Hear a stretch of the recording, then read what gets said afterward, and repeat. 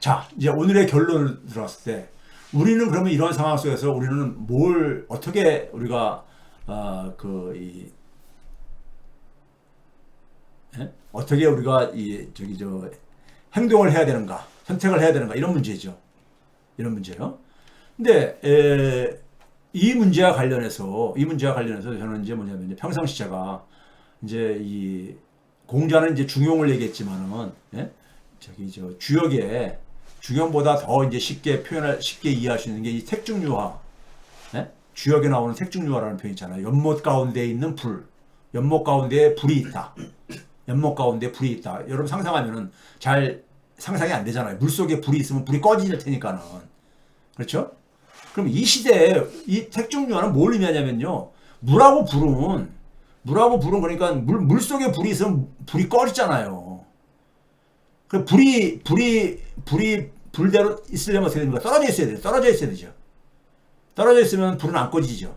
물과 불이 그러니까는 서로가 그러니까 상극적인 거 관계로 우리가 일단 보이잖아요. 물과 불은요. 물과 불은 떨어져 있으면은 둘이 그러니까 떨어져 있으면 둘 다 자기 생명력은 유지할 수 있지만은 같이 붙으려고 안 할 게 아닙니까? 서로가 정반대되는 거니까. 예? 우리가 사물은 인간 세상이든 자연 세상이든 간에 다 상반되는 것을 존재합니다. 인간 세상만 하더라도 남자와 여자 정반대되는 존재잖아요. 자연현상 낮과 밤 정반대되는 거잖아요. 그렇죠? 이게 떨어져 있으면요 아무 의미가 없습니다. 남자 여자가 떨어져 있으면 생명을 못 만들어내잖아요. 예? 생명을 못 만들어내잖아요. 이게 그러니까 서로가 결합되고 그래가지고 순환해야 할 때만이 새로운 변화를 만들어낼 수 있는 거예요. 새로운 변화를. 그러니까 물하고 불이 서로가 결합이 되면은 물을 끓게 만들어주잖아요. 물을 끓게 만들어주면 물이 그러니까 변화가 생기잖아요. 액체에서 기체로 이렇게 일단 물질적으로 변하고 그러잖아요. 예? 그러니까 변화와 혁신이 그러니까는 필요한 거잖아요. 가만히 멈춰 있는 거는 변화가 없는 거고 생명력이 없는 거잖아요. 낮과 밤이 그러니까 하나로 합쳐져야지만이 하나 결합돼야지만이 하루라는 게 생기게 되고 하루가 그러니까 이게 쌓여가지고 계절이 변화하고 이러는 거잖아요. 사계절이 변화하고 하는 거 아닙니까? 자연 세계에 그러니까 우리가 이 변화를 만들어내는 거잖아요.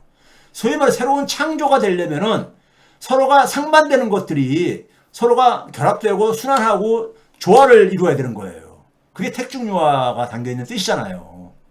택중유화가. 그렇죠? 그러면 지금 대한민국이 놓여있는 현실, 대한민국하고 미국, 대한민국하고 일본 했을 때 보게 되면은 서로 국가 이익으로 봤을 때는 충돌하잖아요. 충돌한다는 점에서는 갈등을 갖고 있는 관계잖아요. 이걸 어떻게 우리가 벗어나야 되느냐? 이거 관련해가지고 우리한테 지혜가 필요한 택중유화라 이거예요. 자, 이걸 좀 오늘 얘기하려고 하는 겁니다. 이것과 관련해서 우리가 올해 이제 다시 민주주의가 부활되는 해 아닙니까? 윤석열, 윤석열은 사실상 생명이 끝난 존재고요. 사회적 존재고. 예? 근데 올해 부활시킬 K민주주의는요, 저는 21세기 3.1운동이어야 된다. 이런 얘기를 해요. 3.1운동이요. 왜 그러냐면요. 여기서 우리가 3.1운동을 다시 한번 좀 반출을 해봅시다. 3.1운동이요, 여러분들. 세계사적으로 굉장히 의미 있는 겁니다. 국내적으로 뿐만 아니라. 국내적으로. 우리는 너무나 상식적으로 하다 보니까는 3.1운동에 대해서는 이해가 좀 우리가 부족한 경우들이 많은데 3.1운동은 세계사적인 사건이었었습니다. 3.1운동이 일어나고 우리가 흔히 중국에서 5.4운동이 일어나고 인도나 이 다른 많은 나라들에서 식민지 해방운동들이 막 전개되어집니다. 전개되어지는데 불을 붙여요. 3.1운동 전에 뭐가 있었습니까요? 윌슨이 1차 세계대전이 끝나고 나서 이 민족 자결주의 우리가 흔히 알고 있는 이런 분위기가 있었을 때잖아요. 근데 민족 자결주의가 있었을 때 그거를 외신에서 그런 게 딱 소식이 들어왔다고 보세요. 아, 미국의 대통령이 각국의 운명은 스스로가 결정해야 된다 이런 얘기를 했대. 얼마나 막 반가운 소리예요. 근데 왜 독립운동으로 발전 안 했을까요? 이 윌슨이 말한 민족 자결주의는 뭐냐면은 그 1차 세계대전 때 서로 쌈이 일어났잖아요. 예? 독일 이태리 오스만 터키 한패가 되고 뭐 이렇게 해가지고 쌈이 일어났는데 그 이긴 국가들이 진 국가들이 그 패전한 국가들이 갖고 있던 식민지를 다시 뺏어가는 이런 그들 나라들을 이제 약화시키기 위해서 독립시키기 위한 저거 있었던 거예요. 승전 국가들의 식민지는 그대로 놔둔 상태 속에서 승전 국가들의 식민지를 더 확장시키는 이런 상황 속에서 이런 거였었거든요. 그러니까 그게 전부 다 허구라는 걸 알고서는 별로 거기에 이게 국제적인 이 불이 안 붙었던 거예요. 근데 우리나라에서 3.1운동을 우리가 불을 붙입니다. 여기서 우리가 이게 바로 택종요합니다. 3.1운동 여러분들 한번 독립선언서를 제가 이제 우리가 3월 1일 되면은 다시 한번 읽어보세요. 대단한 저겁니다. 이렇게 시작해요. 제가 좀 시간이 걸리더라도 좀 한번 읽어볼게요. 이렇게 시작합니다. 우리는 오늘 조선이 독립한 나라이며 독립선언하는 거니까요. 조선인이 이 나라의 주인임을 선언한다. 그러니까 이건 민족 자결, 일순의 민족 자결 그 원칙에 그렇게 간 거예요. 그리고 우리는 이를 세계 모든 나라에 알려 인류가 모두 평등하다는 큰 뜻을 분명히 이건 대의 명분이잖아요. 이거를 적어도 형식적으로 반대할 사람이 어디 있습니까? 네? 그리고 이제 뭐냐면 굵은 글씨로 보면 표시한 부분만 읽을게요. 시간. 우리 민족이 영원히 자유롭게 발전하려는 것이며 인류가 양심에 따라 만들어가는 세계 변화의 큰 흐름에 발 맞추려는 것이다. 우리는 뭐냐면은 우리만의 저거를 아니라 세계 변화를 세계가 변화하고 있는데 그 변화를 그러니까 우리는 같이 합류할 것이고 거기 흐름을 따르겠다는 겁니다. 네? 이런 얘기를 해요. 세계사적인 이 의미를 얘기를 합니다. 그리고 이제 무슨 얘기를 하냐면은 맨 밑에 이제 하면서 우리 스스로 살아갈 권리를 빼앗긴 고통은 헤아릴 수 없지만은 정신을 발달시킬 기회가 가로막힌 아픔. 네? 이게 뭐 이 육체적인 저것도 하지만 정신을 발달시킬 기회. 그러니까 민족의 존엄함에 상처받은 아픔 또한 얼마이며 그 결과로 새로운 기술과 독창성으로 조선이 그러니까 새로운 기술을 만들어내고 독창성을 발휘하게 되면 세계 문화에 기여하는 게 아니냐 이거예요. 세계 문화에 기여할 기회까지 그러니까 우리는 이러니까 조선이 식민지가 되게 되면은 조선이 독립을 못하게 되면은 인류 세계에도 손해다 이거예요. 예? 그 인류 세계에 그러니까는 의미를 그러니까는 갖다 결합을 시킵니다. 예? 결합을 시켜요. 여러분들 이 당시에 1919년이잖아요. 독립선언 3.1운동이요. 이 당시는 우리가 일본한테 강제 합병당한 지가 한 10여 년 지나가는 이런 시점이잖아요. 예? 그렇죠? 10여 년 정도 되는 시점이잖아요. 이 당시에 상황이 어땠겠습니까? 국내는 많이 분열되어 있었습니다. 엘리트들 간에도. 근데 그들을 다 그러니까 하나로 이렇게 모으려면 있잖아요. 모으려면은 동의할 수 있는 문장을 만들어야 되는 거예요. 동의할 수 있는 문장을. 독립추진에 이제 그리고 이제 문장이 이어지는 게 제가 볼 때는 독립추진의 명분을 대해서 오는데 무슨 얘기면 이런 얘기합니다. 여기 이제 이 고통을 벗어나려면 그다음에 국가 정의를 다시 세우려면 사람들이 저마다 인격을 발달시키고 우리 가여운 자녀에게 고통스러운 유산 대신 완전한 행복을 주려면 우리에게 가장 급한 일은 민족의 독립을 확실하게 하는 것이다. 이건 그러니까 일단 내부 통합을 위해 가지고 우리가 지금 이렇게 나서는 이유는 우리 자손들, 예? 우리 자손들에게 그러니까 우리 자녀들을 위한 일이다 이거예요. 예?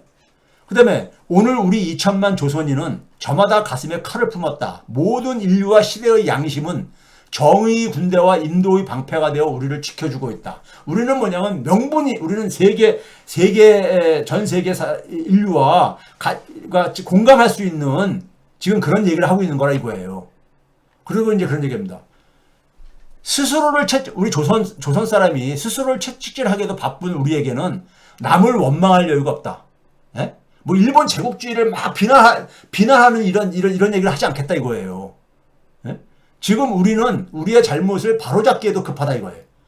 우리가 지금 우리 잘못을 예? 우리 잘못을부터 우리가 성찰을 하겠다 이거예요. 예? 잡기에도 급해서 과거의 잘못을 따질 여유도 없다 이거예요. 지금 우리가 할 일은 우리 자신을 바로 세우는 것이지 남을 파괴하는 것이 아니다. 이런 얘기를 해요. 예?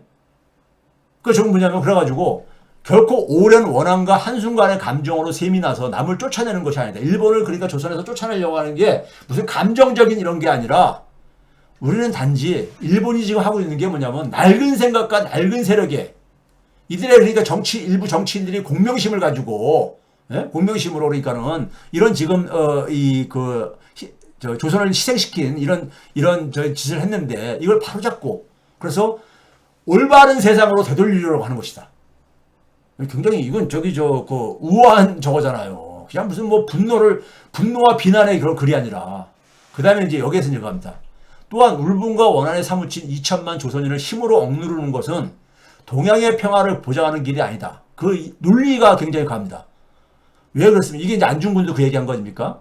10년 전에 이게 일어나기 전에 이는 동양의 안정과 이기를 판가름하는 중심인 그 당시에 중국의 인구가 한 4억 정도 4억만 중국인들이 조선을 먹고 난다 하면은 그 다음에는 뭡니까? 중국을 침략하는 것이 이게 예정돼 있으니까 중국인들이 일본을 두려워하게 되고 미워하게 되고 결국은 뭐냐면 중국은 그러니까 자기를 독립을 지키려면 전쟁을 해야 되는데 중국과 일본의 전쟁이라는 것은 동양 전체를 그러니까 다 이 전쟁의 소용돌이로 가는 거라 이거예요. 예? 동양 전체를 함께 망하는 비극으로 그렇게 분명하다 이거야. 예? 그러니까 실제로 뭐냐면 일본이 중국 침략을 하잖아요. 예? 중일 전쟁을 일으켜가지고요. 그렇죠? 그래서 밑에 좀 내려가세요. 또 중국이 일본의 땅을 빼앗길 것이라는 불안과 두려움으로부터 벗어나게 하는 게 벗어나게 하려면은 조선이 독립을 해야 된다 이거예요. 동양의 평화가 와야지 또 세계 평화가 가능한 것이고, 예? 인류 행복이 가능한 거다 이거예요. 이 발편을 마련하는 것이다 이거예요. 조선의 독립은 그러니까는 동양 평화와 그러니까는 세계 인류의 행복에 그러니까 밀접하게 관련되어 있다 이거예요. 이게 어떻게 사소한 감정의 문제냐 이거예요. 그러니까 전 세계인들한테 조선이 독립이 돼야 되는 이유를. 그래 중국에서 오사운동이 일어난 게 여기에 자극을 받은 거 아닙니까? 예? 예? 그러면 이 당시에 그러니까 일순위 민족 자결주의를 외쳐가지고 제대로 모르는 사람들은 우리 막 독립운동해도 되는가 보다. 미국 대통령이 지금 저렇게 가고 있으니까 하는데 저게 보니까 자기들 승전국이 가지고 있는 식민지는 미국이 그 당시에 필리핀을 그냥 먹었잖아요. 예? 그거는 그냥 놔두고 거기선 독립운동하는 걸 용납 못하고 예? 패전국가들이 가지고 있던 식민지는 그러니까는 다 독립시키라 이거지. 힘을 빼야 되니까는. 그런 의미 속에서 민족 자결주의였던 거야. 그래서 사람들이 실망을 하고서는 움직임이 없는데 조선에서만이 유일하게 뭐냐면은 이게 떨쳐 일어난 거야. 떨쳐 일어나면서 어떻게 떨쳐 일어나느냐? 그 승전국가들조차도 그러니까는 이 반대할 명분을 없애게 글을 만든 거죠. 이게 뭐냐면 니네들하고도 관련이 있다 이거야. 예? 니네들의 행복에도 관련이 있다 이거예요. 그러니까 조선의 독립이 이런 식으로 얘기를 한 거야.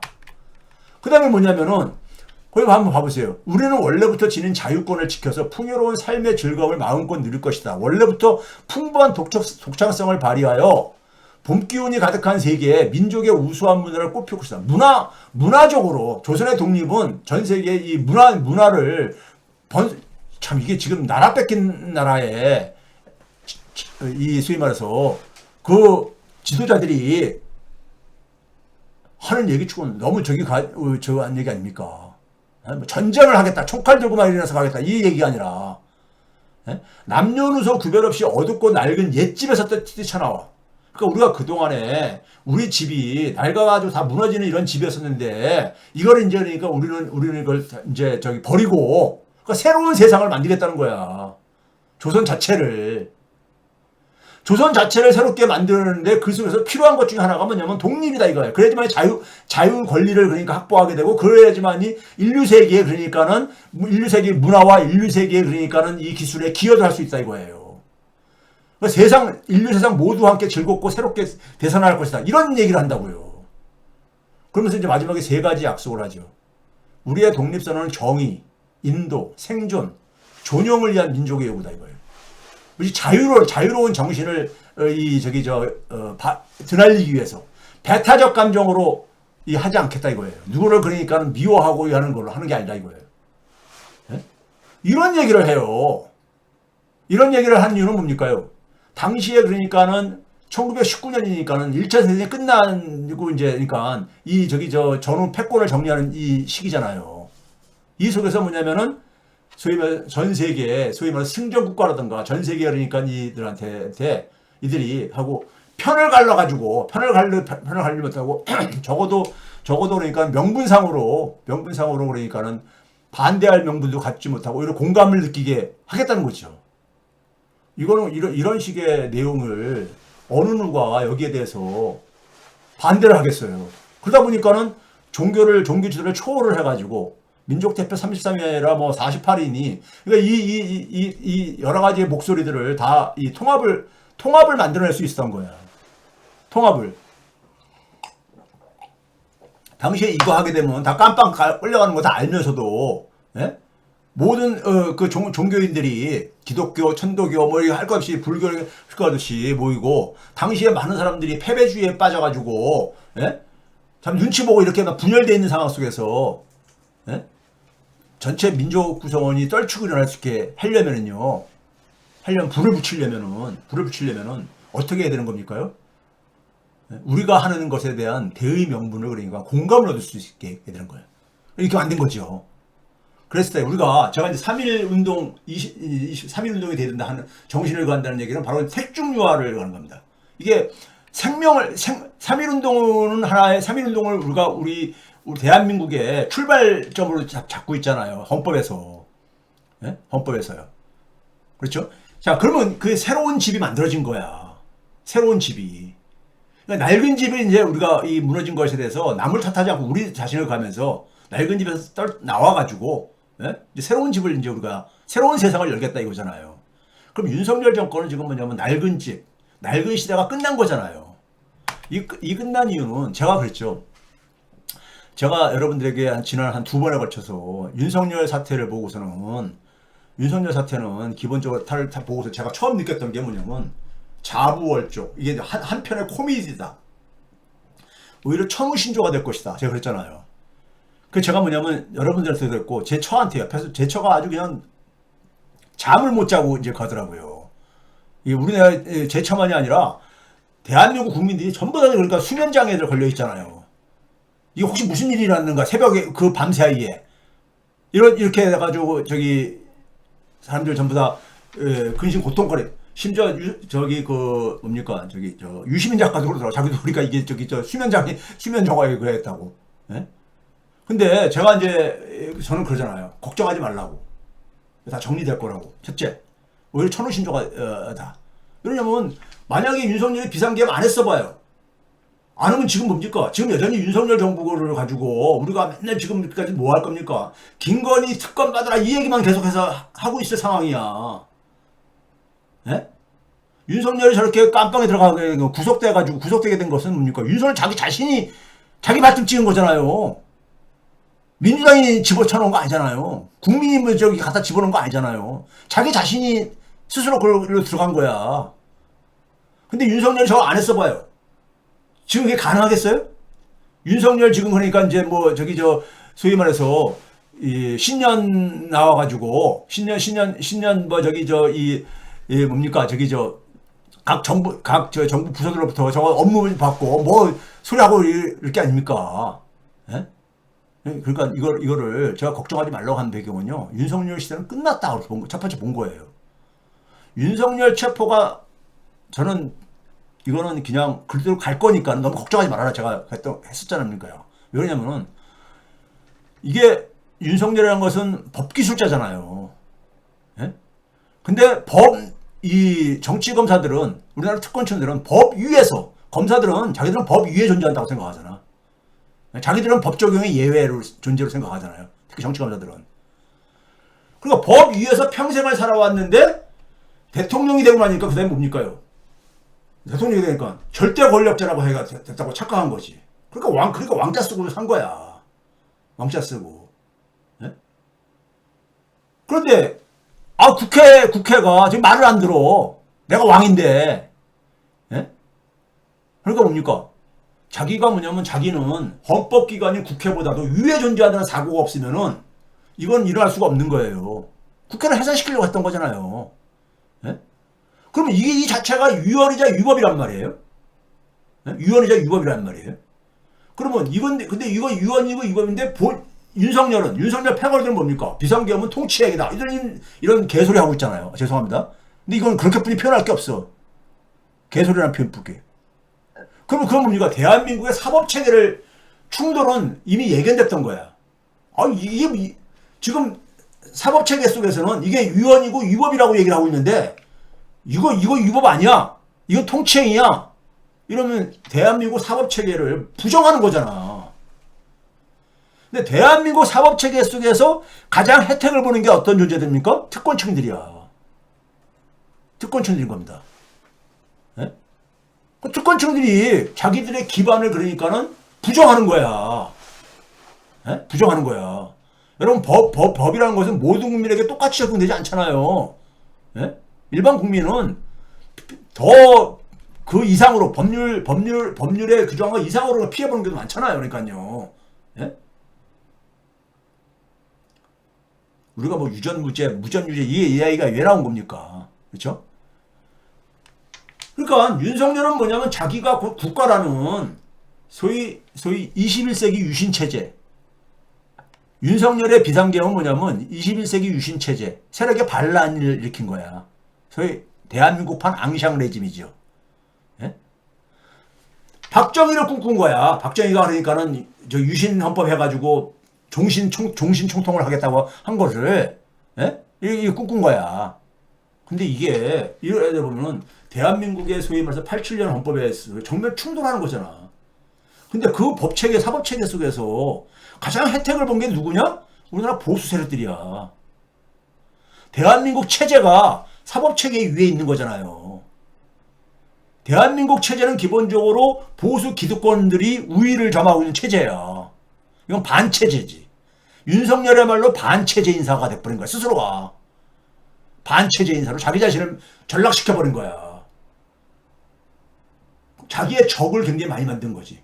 그러니까 비상계엄하고 나서 국민들의 70% 이상이 반대했던 이유가 그 70%는 누구도 포함되는 겁니까? 많은 보수 세력들도 거기에 그걸 반대했던 거 아닙니까? 이게 반체제 성격을 갖고 있기 때문인 거예요. 스스로가 반체제 인사로 예? 반체제 인사로 스스로를 그러니까 떨어뜨린 거야. 그러니까 실패하지요. 이거는 깜빵 가지요. 구속될 수밖에 없지요. 이런 성격이었던 거야. 저는 딱 그게 정리가 돼가지고 와이프한테도 그래서 이게 지금 신경 걱정 쓸 필요가 없다 저렇게 얘기한 거예요. 이건 반체제 반란이었던 거예요. 이거 봐보세요. 그러면서 그 속에서 구속까지 당하고 당하니까 갈수록 그렇게 거짓말과 추태를 계속해서 보이는 끝판왕이잖아요. 추태 끝판왕을 보이잖아요. 예? 대표적인 게 뭡니까? 지난번에 나왔듯이 포고령 그거 잘못 뺏겼다. 김용현이 지 고등학교 선배지만 부하한테 떠넘긴 거잖아요.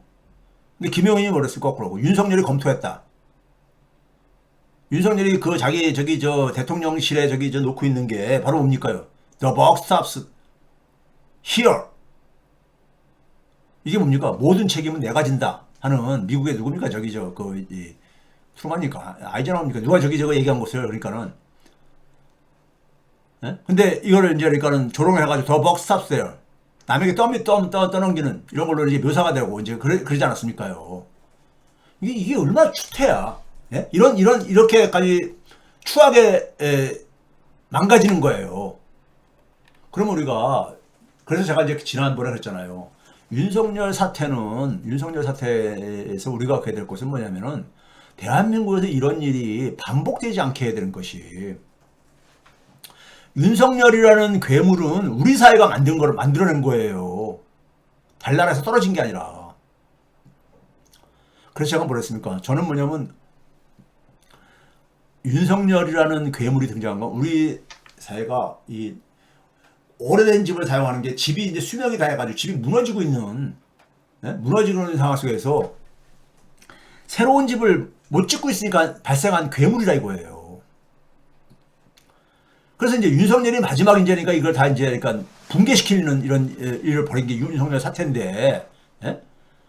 이게 그러니까 이거를 괴물이 재등장하지 않게 해야 될 게 아닙니까? 만약에 여러분들 정권이 바뀐다고 해보세요. 조기 이제 대통령 선거로 이제 넘어가가지고.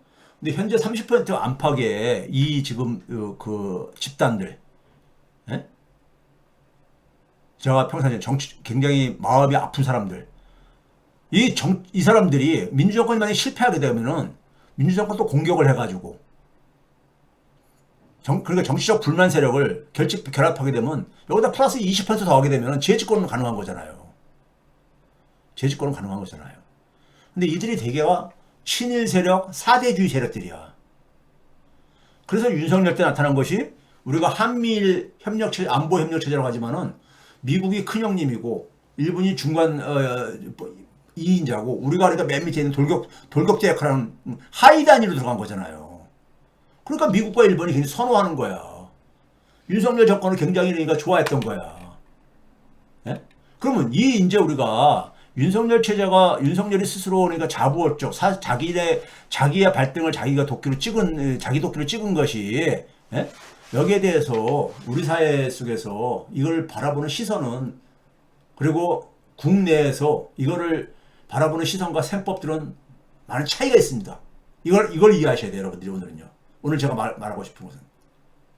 예? 그러니까 윤석열 체제가 끝나는 건 낡은 집이 붕괴하는 거예요. 근데 붕괴 이유에 대해서는 시선과 생각대에 차이가 존재합니다. 차이가 존재해. 이걸 여러분들이 아셔야 돼. 예? 자, 윤석열 사태 이후에 많은 사람들이 지금 우리가 돌아가는 게 뭘로 관심이 돌아가고 있습니까? 경제로 돌아가고 있습니다. 경제로. 지금 너무 힘들거든. 제가 이제 비유하듯이 이게 시계탑, 지금 뭡니까? 모래시계로 산 이 시계탑 저것처럼 워낙 이게 부실했었는데, 경제가 부실했었는데, 거기다가 마지막 그러니까 이 붕괴시키는 모래탑으로 쌓아진 걸 붕괴시키는 역할을 한 게 윤석열 사태다 이렇게 얘기를 했잖아요. 예? 그러면은 이 상황 속에서 우리 사회 속의 특권층은 어떻게 갈 겁니까? 제가 그랬죠. 처음부터. 윤석열은 지난번에 했잖아요. 버렸다 이미. 버린 카드다. 우리 사회 특권층은요. 윤석열 이미 버렸어요. 여러분들. 작년 여러분들 12월 제가 볼 때 중하순 때부터 이미 버렸습니다. 정리를 했어요. 근데 자신들의 특권은 계속 유지하고 싶어. 그러면 우리 사회 특권층이 자신들의 특권을 유지하는 데서 가장 중요한 게 뭐냐? 공적인 영역 속에서 특권을 누릴 수 있는 양대 동맹 구조가 바로 뭡니까? 검찰 정치하고 모피아 정치입니다. 검찰 정치는 사망을 한 거야. 어쨌든 당분간은요. 최소한. 그 한동훈 카드도 의미 없다고 보는 거야. 그럼 남은 게 뭡니까? 경제 문제로 화살을 이제 눈을 돌려야지요. 경제로요.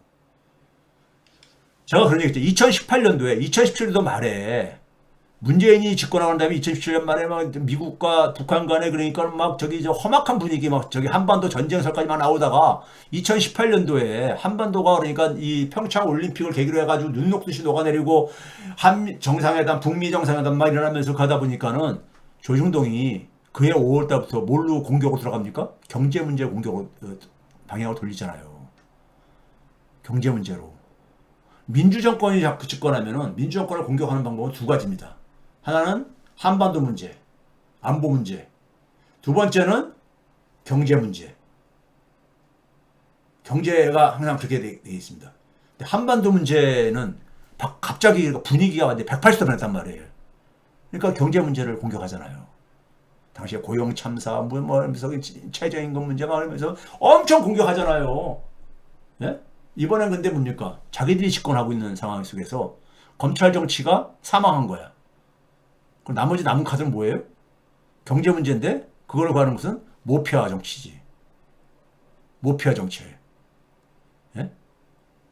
여기서 여러분들 우리가 윤석열 사태 이후에 몇 가지 경제 지표를 우리가 살펴보면요.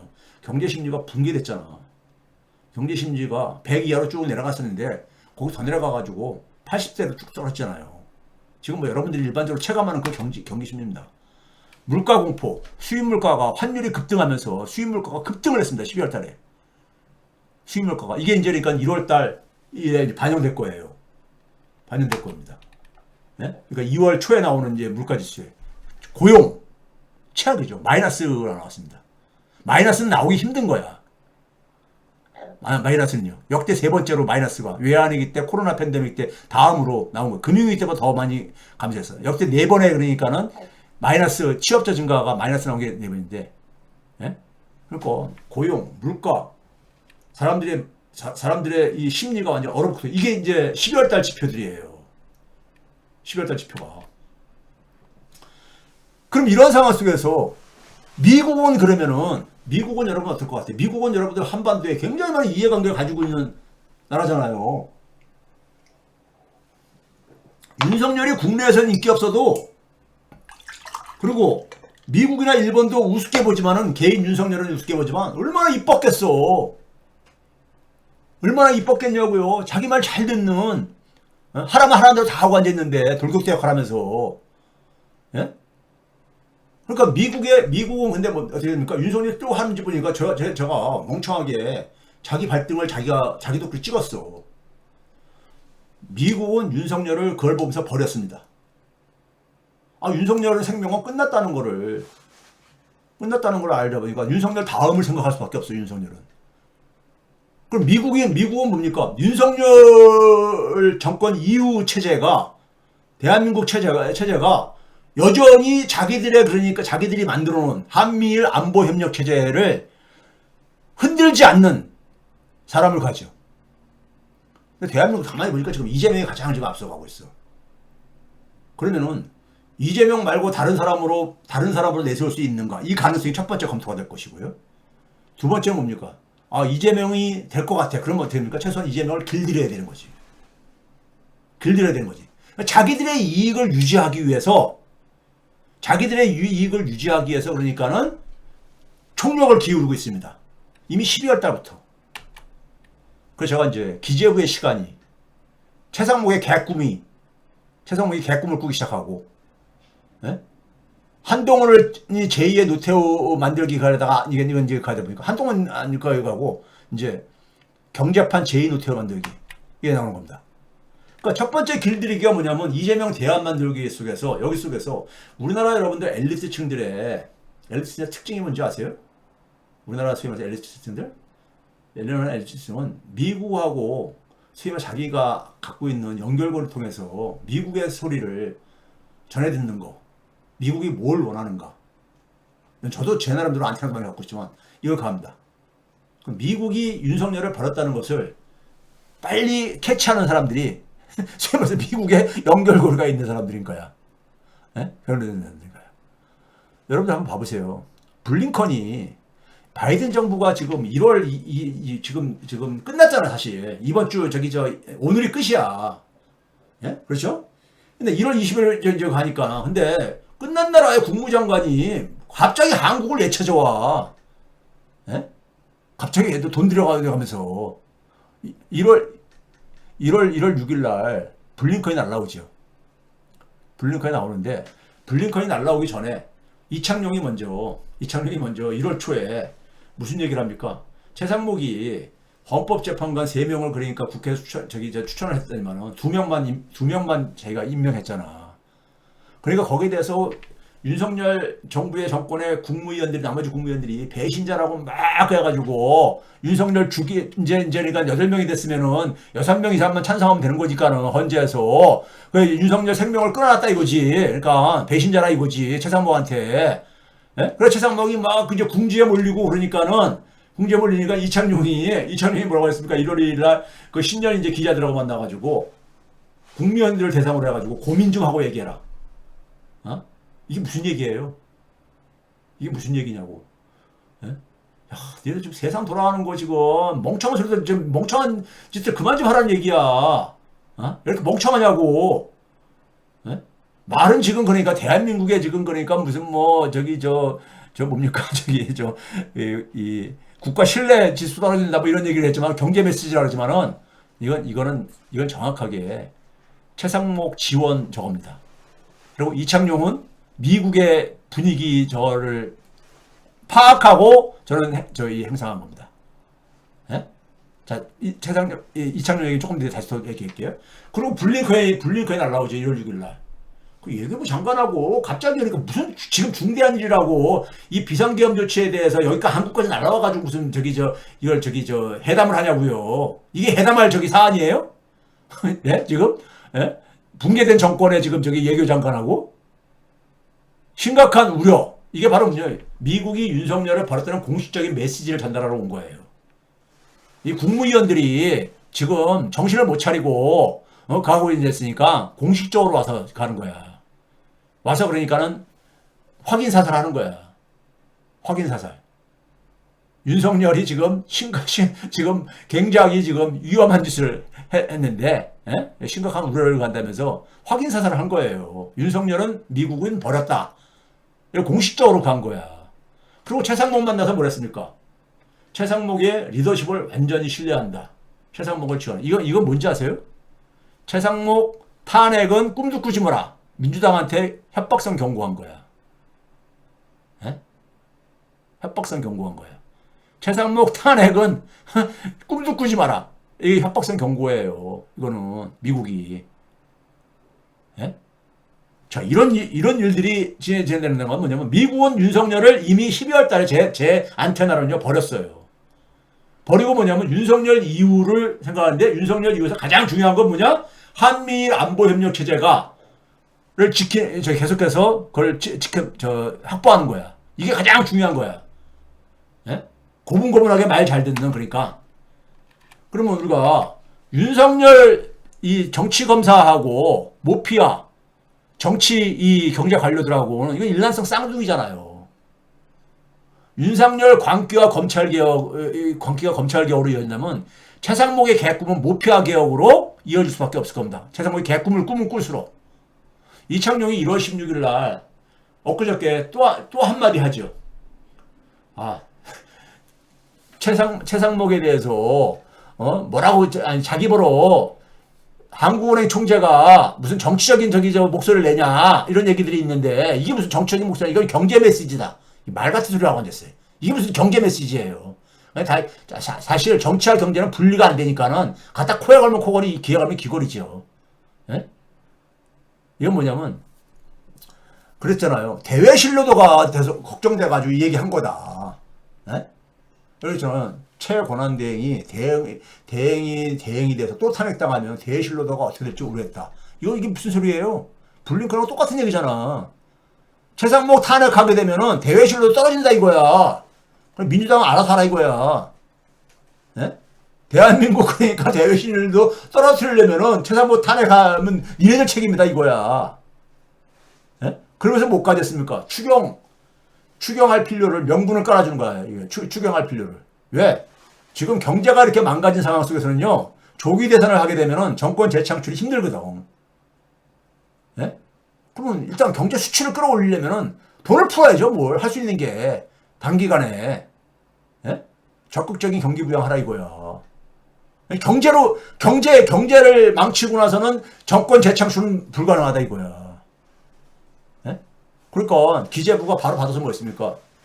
예? 지난해 12월 고용평가를 하면서 뭐냐면 그동안 전혀 안 하던 얘기를 연말에 일자리가 많이 줄어들었는데 마이너스가 됐는데 경기 하방 압력이 커지고 있다. 지난 9월 10월 달까지부터 경기 살아나고 있다가 12월 달 윤석열 사태로 인해서 갑자기 경기 하방 압력이 이게 뭡니까? 최상목은 뭐냐면 아직 올해 예산 집행도 안 했는데 경기 부양할 돈이 필요하면 땡겨서 먼저 집행하겠다 이런 얘기했는데 조기 예산 집행해서 최상목 머릿속에서는 지금요 추경 편성으로 입장 전환을 하기 위해서 뭐가 명분이 필요하잖아. 이걸 이창용이 깔아주는 겁니다. 이창용이 깔아주는 거야. 그러면서 여러분들 봐보세요. 1월 17일자에 중앙일보 매일경제 이런 데서 기사 나오는 거 봐보세요. 최상목 사실상 소통용. 여당의 미운 털, 야당의 눈엣가시. 최상목은 미국에 저걸 알고 2명으로 올린 거야. 그러면서 뭐냐면 3명까지는 왜 안 올렸냐? 자기가 그러니까는 이 노태우 꿈을 꾸려면은 국힘당하고는 한 몸이 돼서 움직여야 되거든. 국힘당하고 너무 왼수가 되면 안 되거든.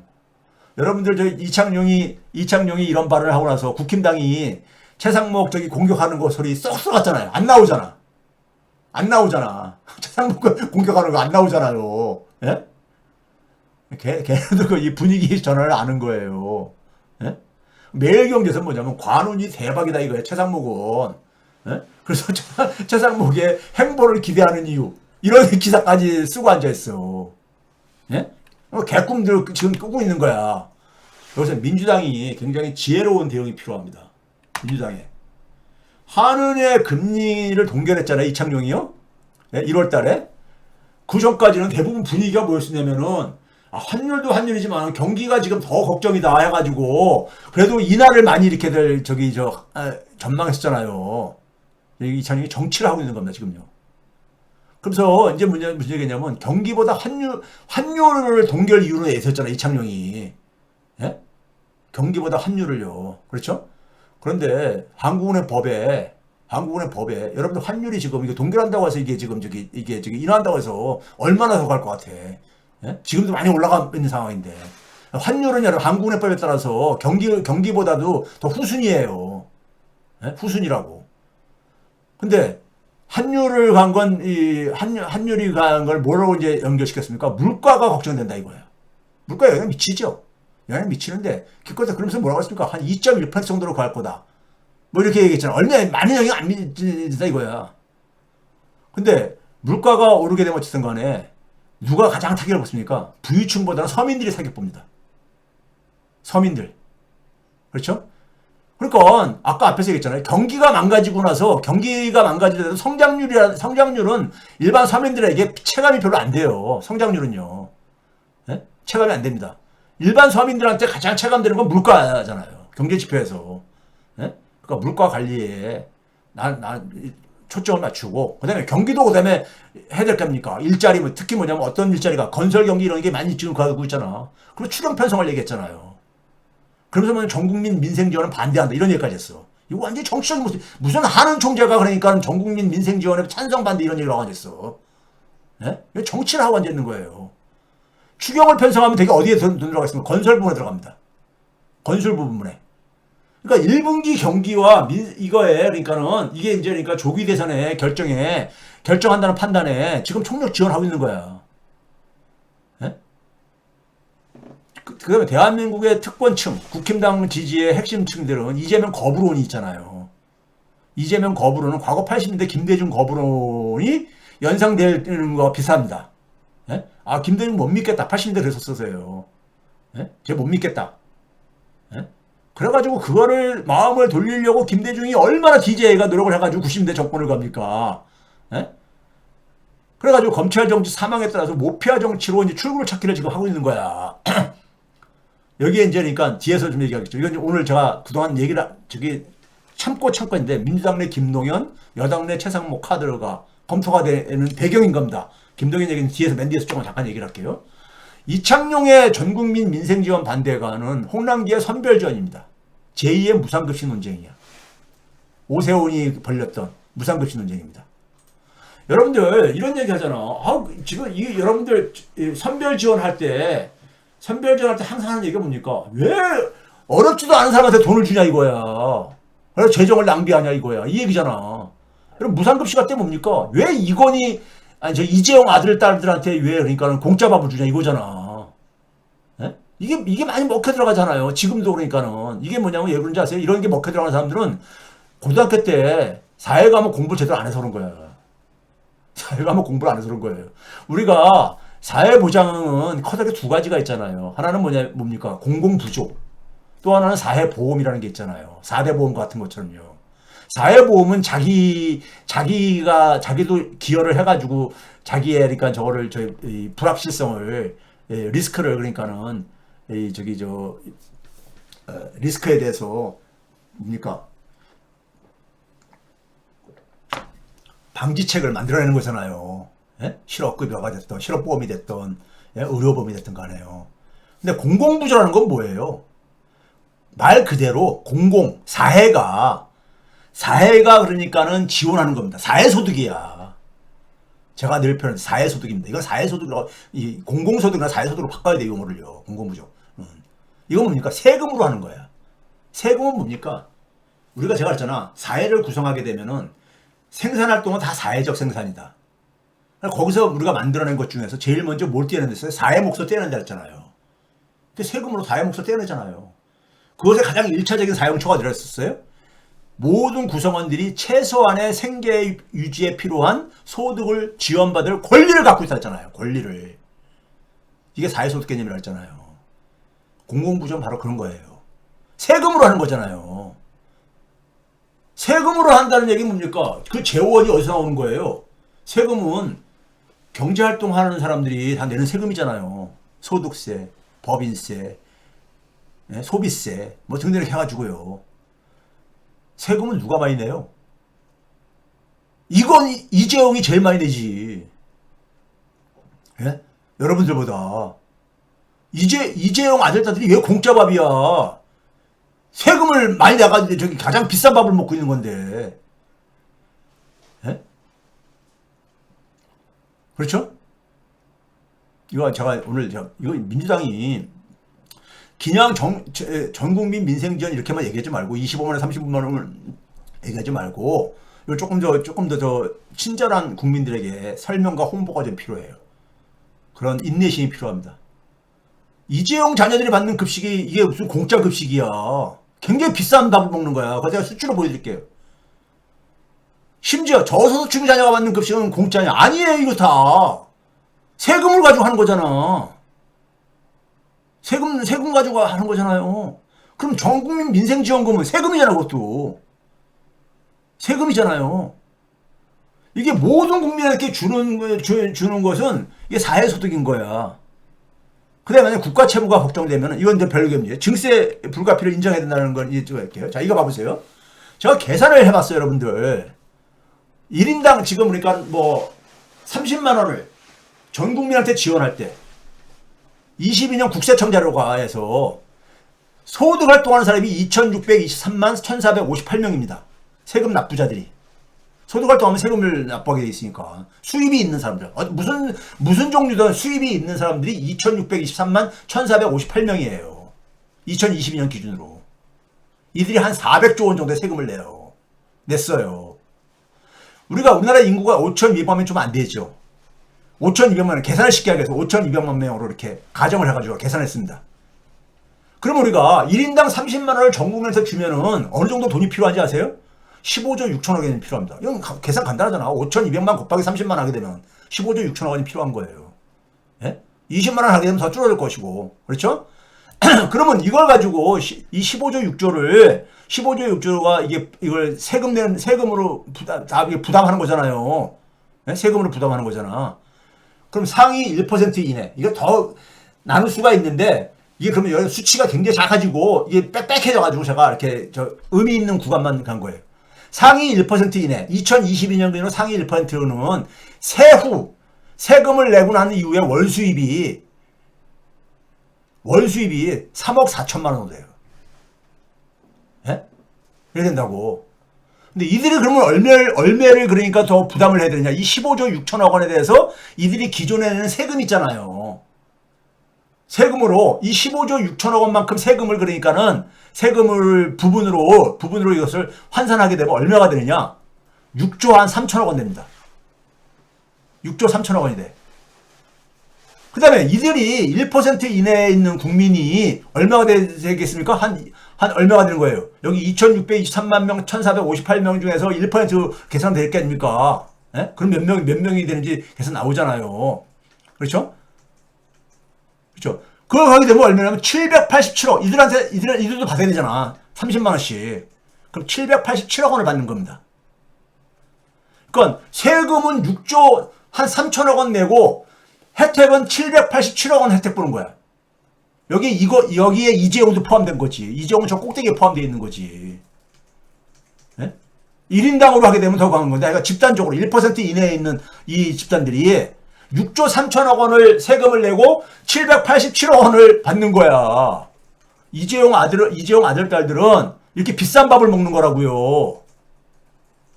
예? 여러분들. 그러니까 한 6조 2천억 원을 더 내는 거야. 예? 부담 대비 혜택 비율이 1.3%도 안 돼. 그 다음에 하위 70%, 선별전이라는 건 뭡니까? 하위 70%만 주자는 이런 얘기 하고 그러잖아요. 하위 70%의 세후 월수입 평균은요, 123만원 이하입니다. 되게 작아요. 하위 70%는. 하위 70%의 평균이 이렇게 적습니다. 이들의 부담액은 9,210억 원을 내고 있어, 세금을. 현재 2022년 기준으로. 근데 이들이, 이 70%의 이들이 30만원씩 받으면 얼마 받냐? 5조 5천억 원을 받아. 70% 국민이 많으니까. 예? 그럼 이들은 거의 그러니까 자기가 부담한 거에 한 6배 정도 더 받는 거야. 예? 6배 정도 더 받는 거야, 이게요. 그러니까 저소득층 자녀들도 그러니까 세금은 내잖아. 소비세도 내고 뭐도 내고 그러잖아요. 사람이 목숨 붙어있는 한에 있어서는 세금은 누구나 다 낸다니까는. 단지 적게 내는 것 뿐이지. 예? 공짜밥 아니야, 누구도. 그 다음에 여러분들 중요한 건 뭐냐면은 중간에 있는 11에서 30% 이내, 11%에서 30% 이내. 왜 그러냐면요, 자, 이거는 소득활동 수입이 있는 사람만을 기준으로 한 거잖아요. 이거 정확하게 계산하게 되면요, 한 9% 안팎 정도만 자기가 낸 세금보다도 혜택을 적게 받아요.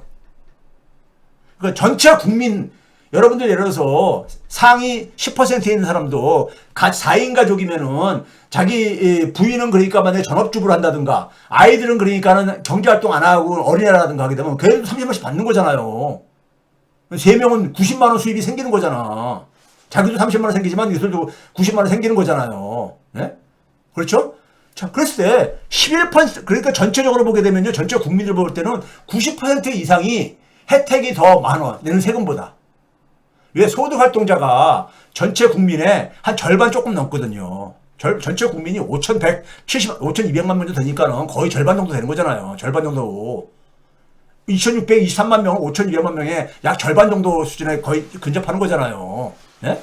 그러니까 거기에 경제활동 수입이 없는 사람도 우리가 한 절반 정도 된다는 거잖아. 그 사람들도 1인당 30만 원을 받는 거잖아요.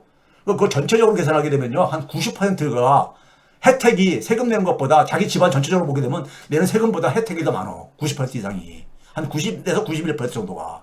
예? 그러면 그 90% 바깥에 있는 사람들이 누구냐면 11 내지 30% 있는 사람들이 봐보세요. 예?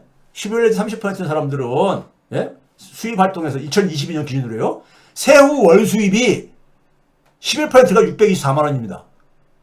30%가 447만 원이야, 월 수입이. 예? 근데 이들이 내는 총 세금은 얼마냐? 이 15조 6천억 원에 대해서 1조 8,360억 원을 냅니다. 세금을. 근데 이들이 보는 혜택은 얼마냐? 1조 5,739억. 요 수입 활동이 있는 사람만을 그한 겁니다. 그러면 이 사람들은 혜택보다 부담이 조금 더 많은 거잖아요. 그 대신 뭐냐면 이 사람들 가족수까지 포함하게 되면 이 사람들도 그러니까는 혜택이 더 많아요. 혜택이.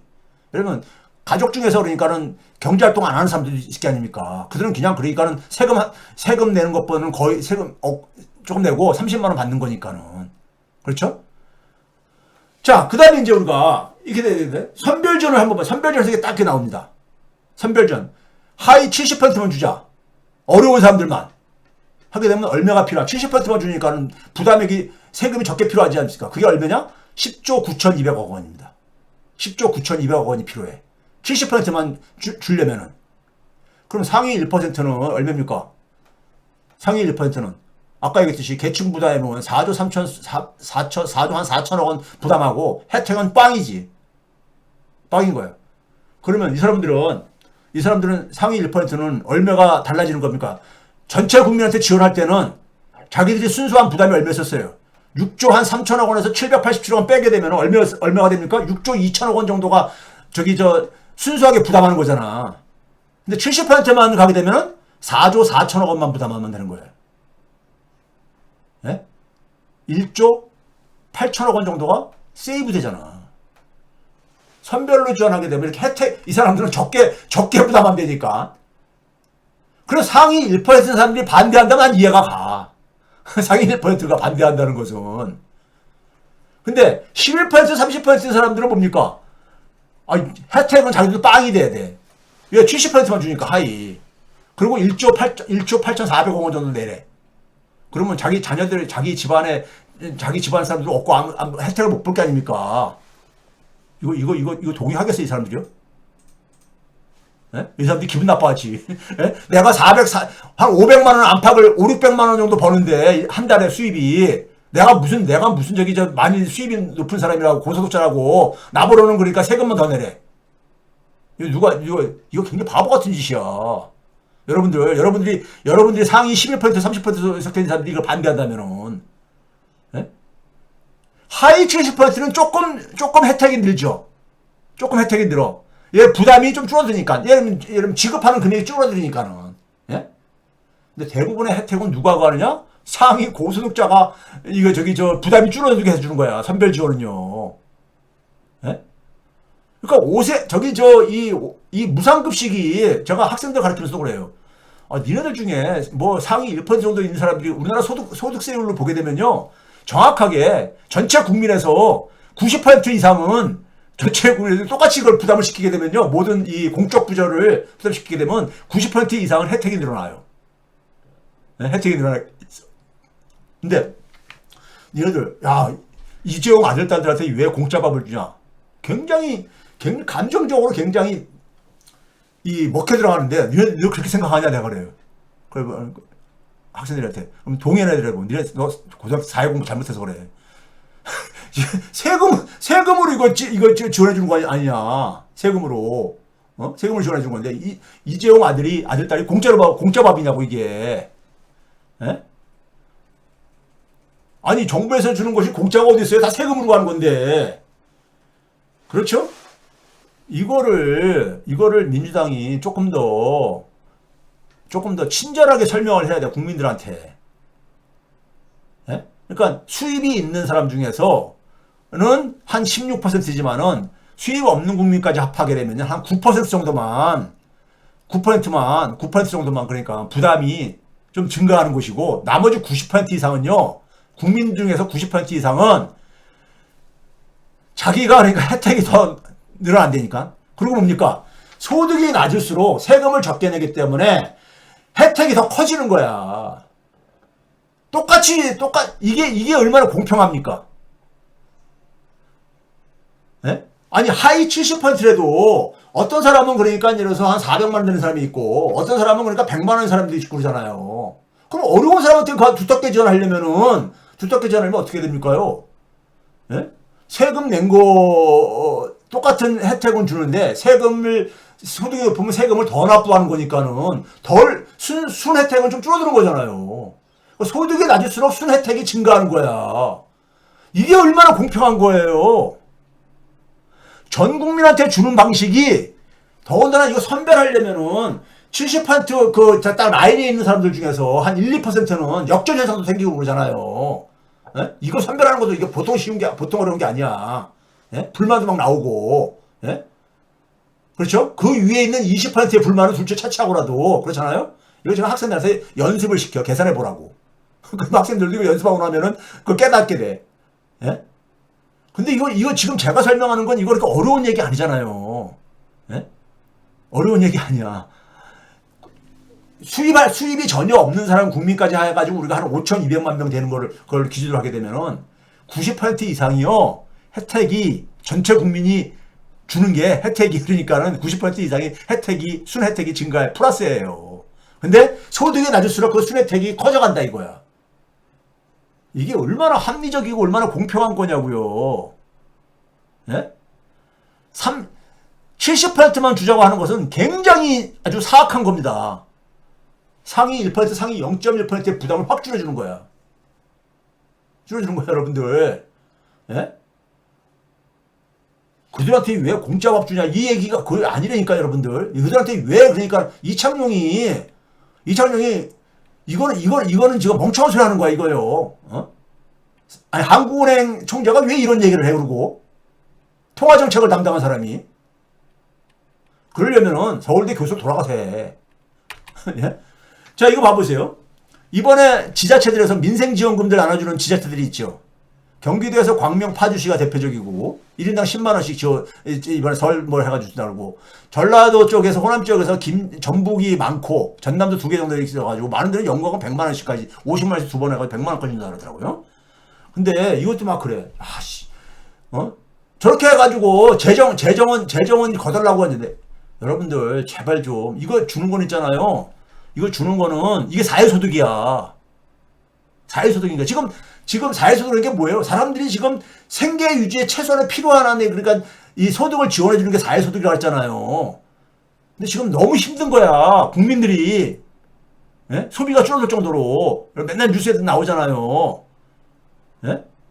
그런데 이거 여러분들 어떻게 세금을 이거 그 지자체에서 거둔 세금을 가지고 운영하는 거야 이거. 무슨 지자체 시장이나 무슨 뭐 이 군수가 이걸 이 자기 돈으로 주는 겁니까? 아니잖아요 이거요. 근데 여러분 놀랍게 여기서 빠진 지자체가 있으면은 제가 정보가 부족해서 생긴 거니까는 여러분들 그 고가워하지 마세요. 뭐 다 똑같은 얘기니까 얘기는 여기 보게 되면요 24년은 아직 정리가 안 됐어요.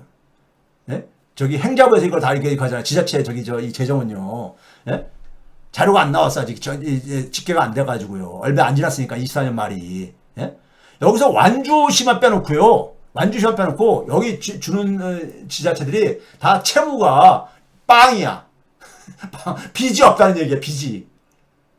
빚이 없는 지자체들이야. 그 빚이 없는데 그 돈이 만약에 여유가 있어. 여유가 있으면은 그거 나눠주면 어때? 나눠주는 저기 그 지자체 이 구성원들한테 그럼 어떤 사람은 그런 얘기해. 아니 세금을 그럼 좀 덜 걷어라 이런 얘기하죠. 세금 덜 걷으면 누가 혜택 봅니까? 세율을 다 똑같이 조정할 게 아닙니까? 그럼 부유한 사람들이 세금은 더 많이 내기 때문에 그 사람들이 가장 혜택을 봐. 그게 공평한 거냐고. 예? 나눠주지 말고 세금을 줄이래. 세금 줄이면 누가 혜택을 봐요? 부자들이 혜택을 많이 봐. 예? 지금 근데 대다수 국민들은 지금 먹고 살기 힘들다고 지금 위기에 내놓으려고 민생을 지금 얘기하는 거 아닙니까? 예? 감세하고 사회소득 배분하고 어느 게 공평한 거예요? 사회소득 배분이 공평한 거야. 예? 여러분들 이거 사회소득이야. 자, 그 다음에 여러분들 국가 채무 증가한데 자 15조 6천억 원 하는 거하고 12조 얼마하고 하는 거하고 차이가 있죠. 그만큼 증가한다 그래요. 이게 일회성이기 때문에 지금 이제니까는 이러면 민주당이 더군다나 집권 여당이 아니니까 정부를 구성하면 정부가 그러니까는 근본적인 대책을 해야 되죠. 근데 우리나라는요 재정 봐보세요.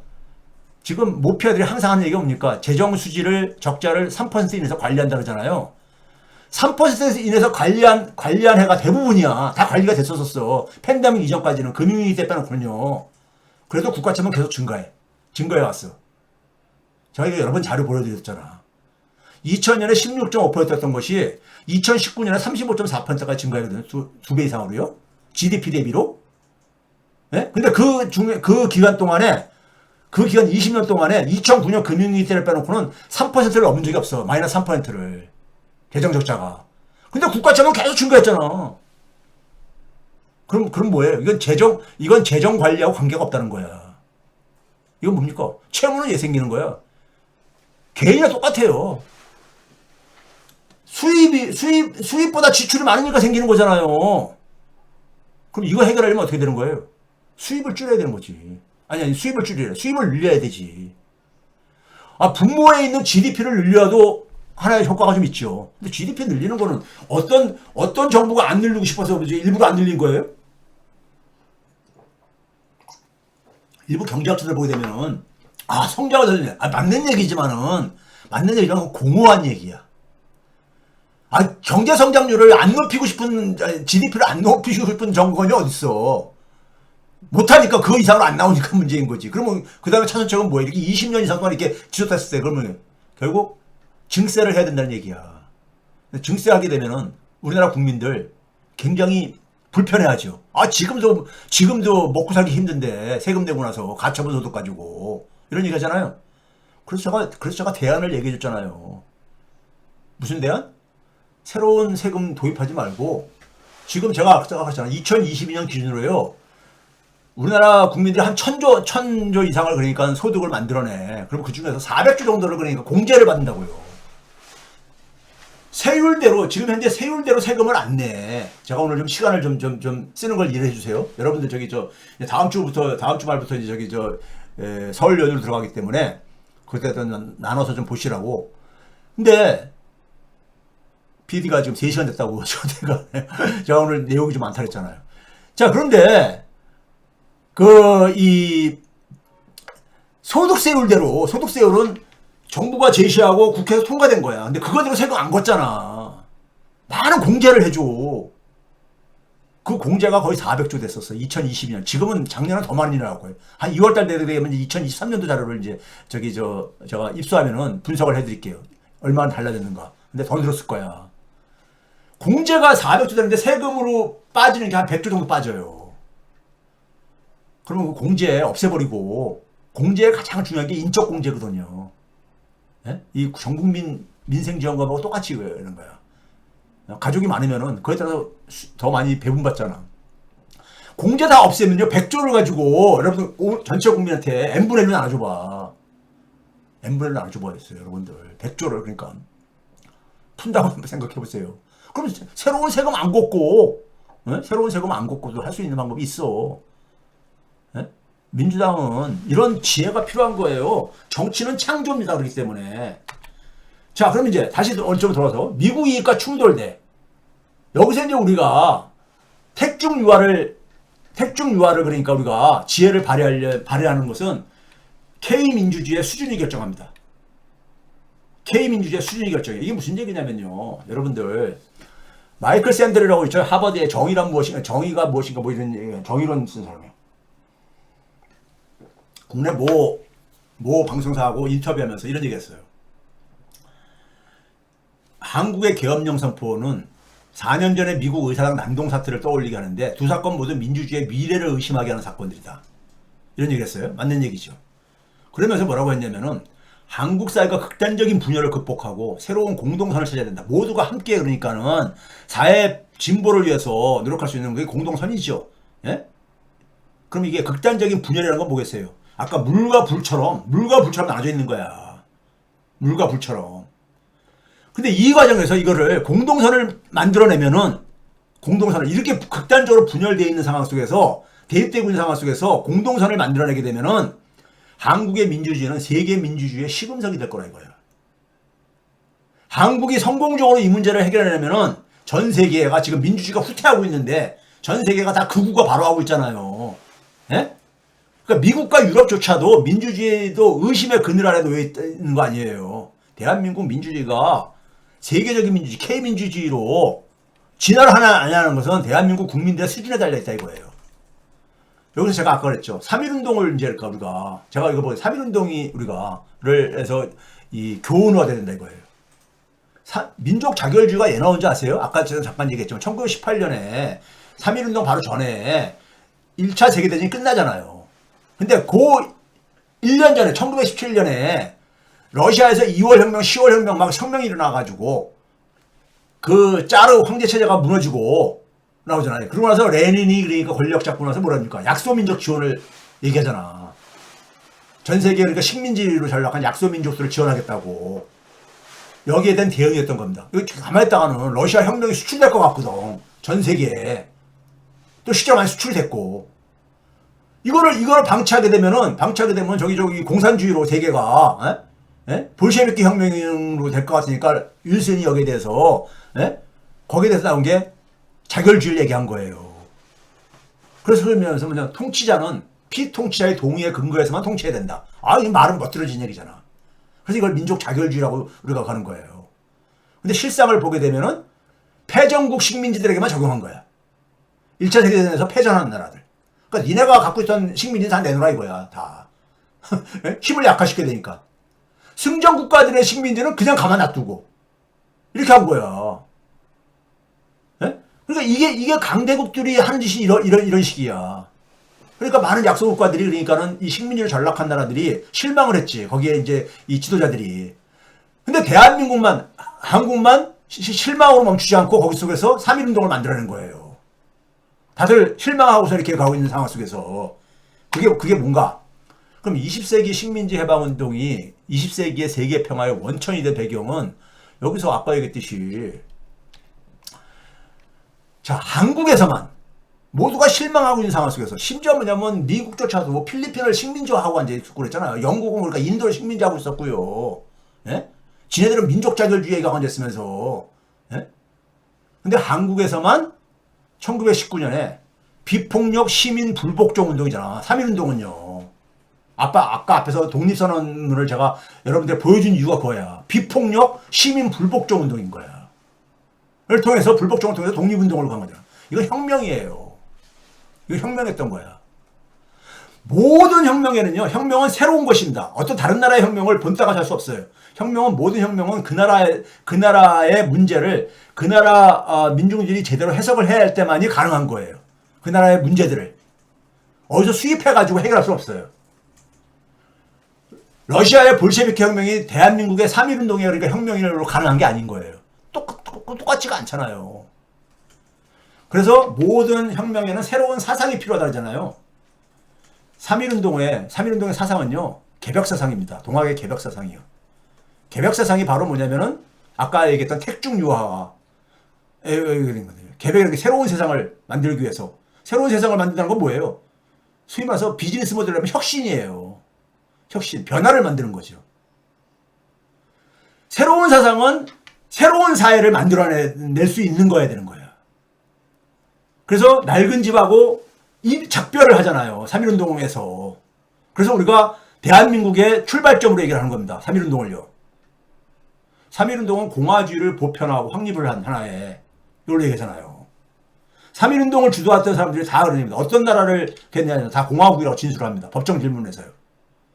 예? 저기 다 끌려간 이 일본 법정에 끌려가가지고요. 예? 그러니까 새로운 세계 평화에 그러면서 세계 평화를 얘기를 하잖아요. 세계 평화에 기여할 수 있는 새로운 독립운동 모델을 제시한 거야. 3.1운동이요. 이게 K민주주의지. 이게 뭐야 이게. K 독립운동이지요. 예? 우리나라는 이런 저력이 있는 나라야. 새로운 사상이 있기 때문에. 이런 것은 바로 뭡니까? 이게 바로 정치는 그렇기 때문에요. 정치는 창조입니다. 예술만 창조가 아니라 예? 정치는 창조의 기술이에요. 예? 창조의 기술이야. 가장 그러니까 우리가 이제 필요로 하는 그런 창조적인 기술입니다. 그러니까 인류 해방과 세계 평화에 이정표를 제시해 준 거야. 그러니까 많은 식민지 국민은 일순 민족자들도 싹 듣고 나서 진짜 쟤네들이 이제 미국이 지원하려는가 보다 했는데 그게 그런 얘기가 아니잖아. 근데 거기 좌절하고 있는데 한국이 조선에서 이걸 일으킨 거야. 그 3.1운동이 중국 5.4운동으로 이어지고 인도 간디가 비폭력 무저항 운동으로 베트남 필리핀 입성해서 독립운동을 이제 본격화되지죠.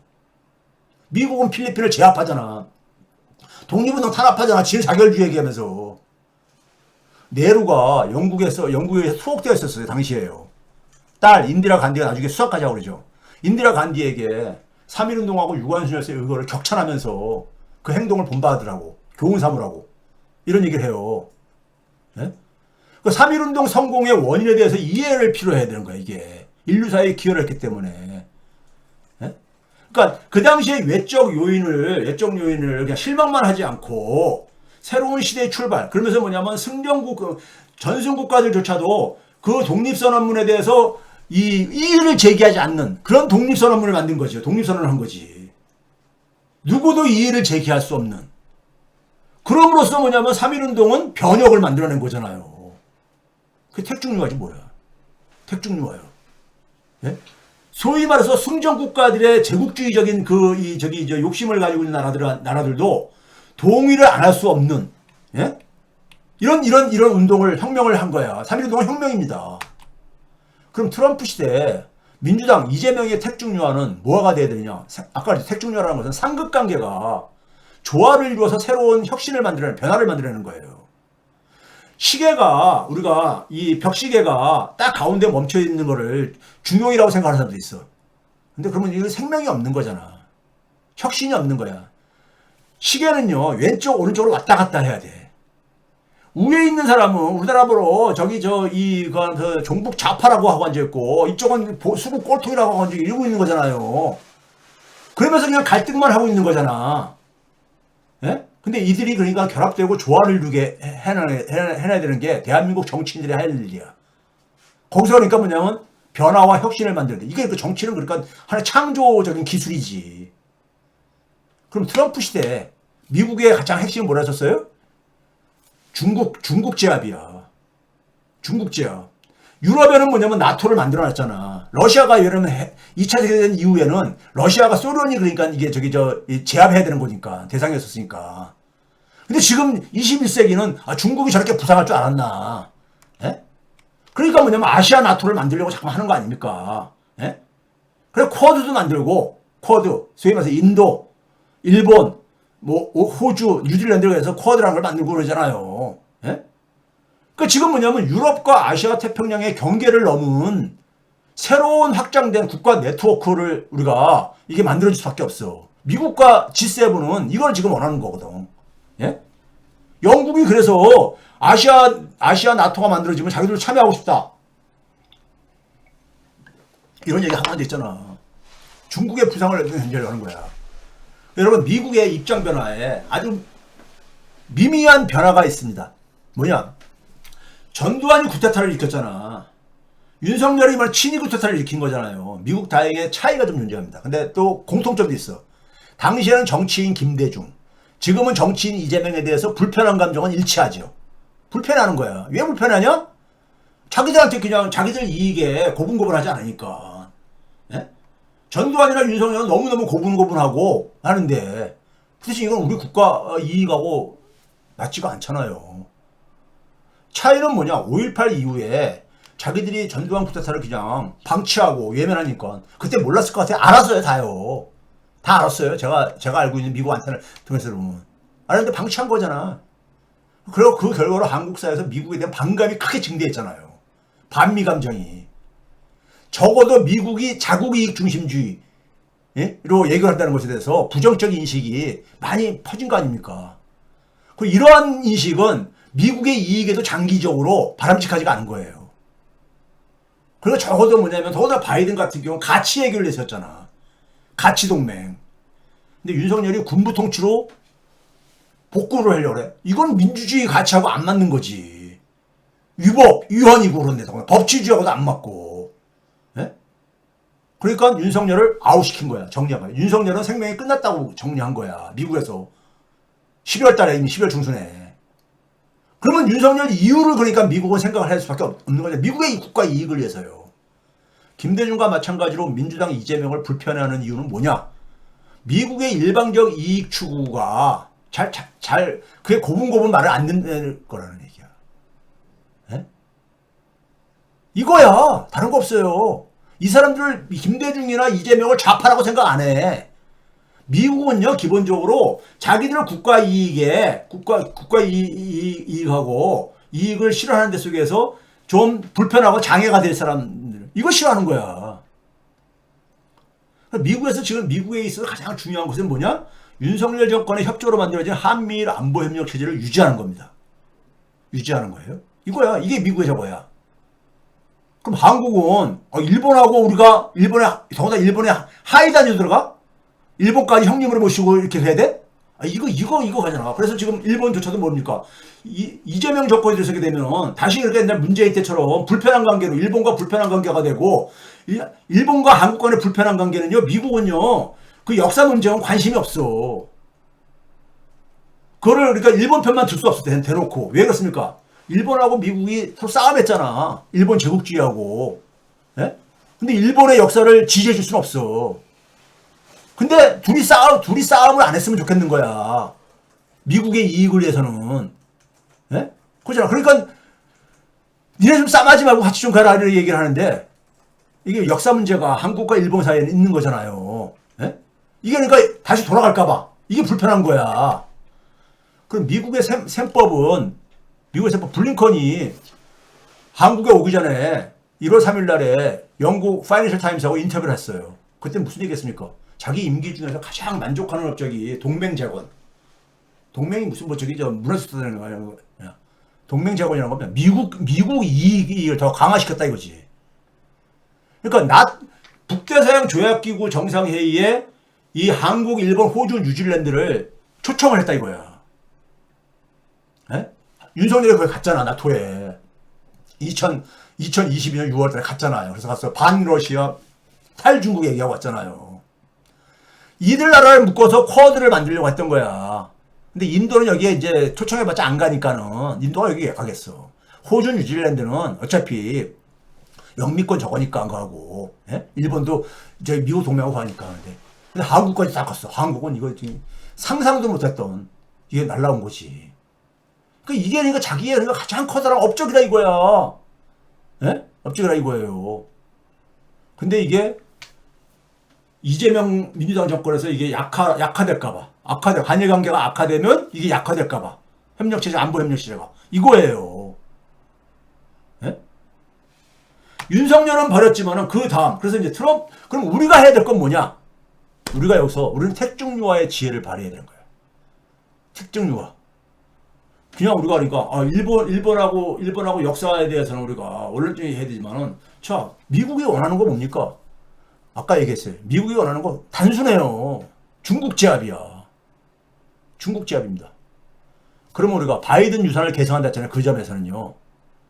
그러면 그 점에서 G7 체제를 확대할 거를 그러니까 트럼프한테 제시를 하고 트럼프는 이걸 수용할 가능성이 굉장히 높습니다. 이건 바이든도 마찬가지 시도를 했던 거야. 에? 문재인 때도 이게 어느 정도 진행이 됐었고요. 우리가 G7 체제에 들어가는 거하고 안 들어가는 거하고는요, 엄청난 차이가 있습니다. 여러분들 G20이라고 있잖아. G20에 회원국가가 아닌 나라들, 저 네덜란드 이런 나라들이 옵저버로, 스페인 이런 나라들 옵저버로 참석하고 싶어 해. 여러분, G7이라는 게 뭐예요? 세계 국제 질서를 먼저 자기들끼리 결정하겠다는 거야. 에? 결정하는데, 결정된 거를 전해 듣는 거하고, 그걸 논의하는 자리에서 직접 그러니까 그 논의에 참여하는 거하고는 엄청난 차이가 있는 겁니다.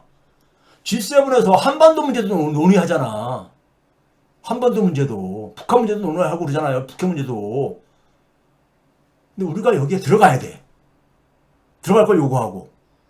예? 왜 그러냐면요. 우리의 발언권을 확보를 해야 되는 거야. 절대적으로 필요한 거야. 국제 질서 변화 과정에서. 예? 종속 변수가 아니라 우리가 그러니까 뭐냐면 독립 변수로 들어가야 되는 거예요. 여기 들어가게 되면 일본하고 한국은 자연스럽게 뭡니까? 대등한 파트너 관계가 되는 거야. 아니 G7 내부에 일본하고 독일이 무슨 하이체제 이런 거 아니잖아. 예? 대등한 관계가 되는 거야. 일본하고 한국은 대등한 관계가 되는 거야. 자연스럽게. 예?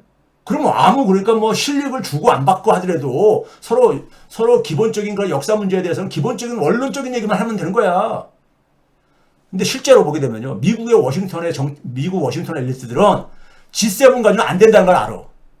G7은 과거에 50% 이상, 세계 경제의 50% 이상을 차지할 때 작동했던 논리야. 이게 70대 초에 만들었던. 그 트럼프가 2020년도에 그랬잖아요. G7은 very outdated 그룹이다. 2020년도에 미국에서 그러니까 G7 회의가 우리가 2020년도는 코로나 바이러스가 창궐할 때잖아요. 매우 낡아빠진 국가 집단이라 이거야. 그래서 G10이나 G11로 재구성해야 된다. 이런 얘기를 합니다. G10이나 G11. 그러면 여기에 세 나라 내지 네 나라를 그러니까 더 추가하겠다 이 얘기고, 이거는 여러분들 미국의 민주당도 마찬가지입니다. 이거를 재편하게 되면 자연스럽게 뭐가 됩니까? 나토하고 아시아 나토하고 유럽판 나토가 결합이 되는 거야.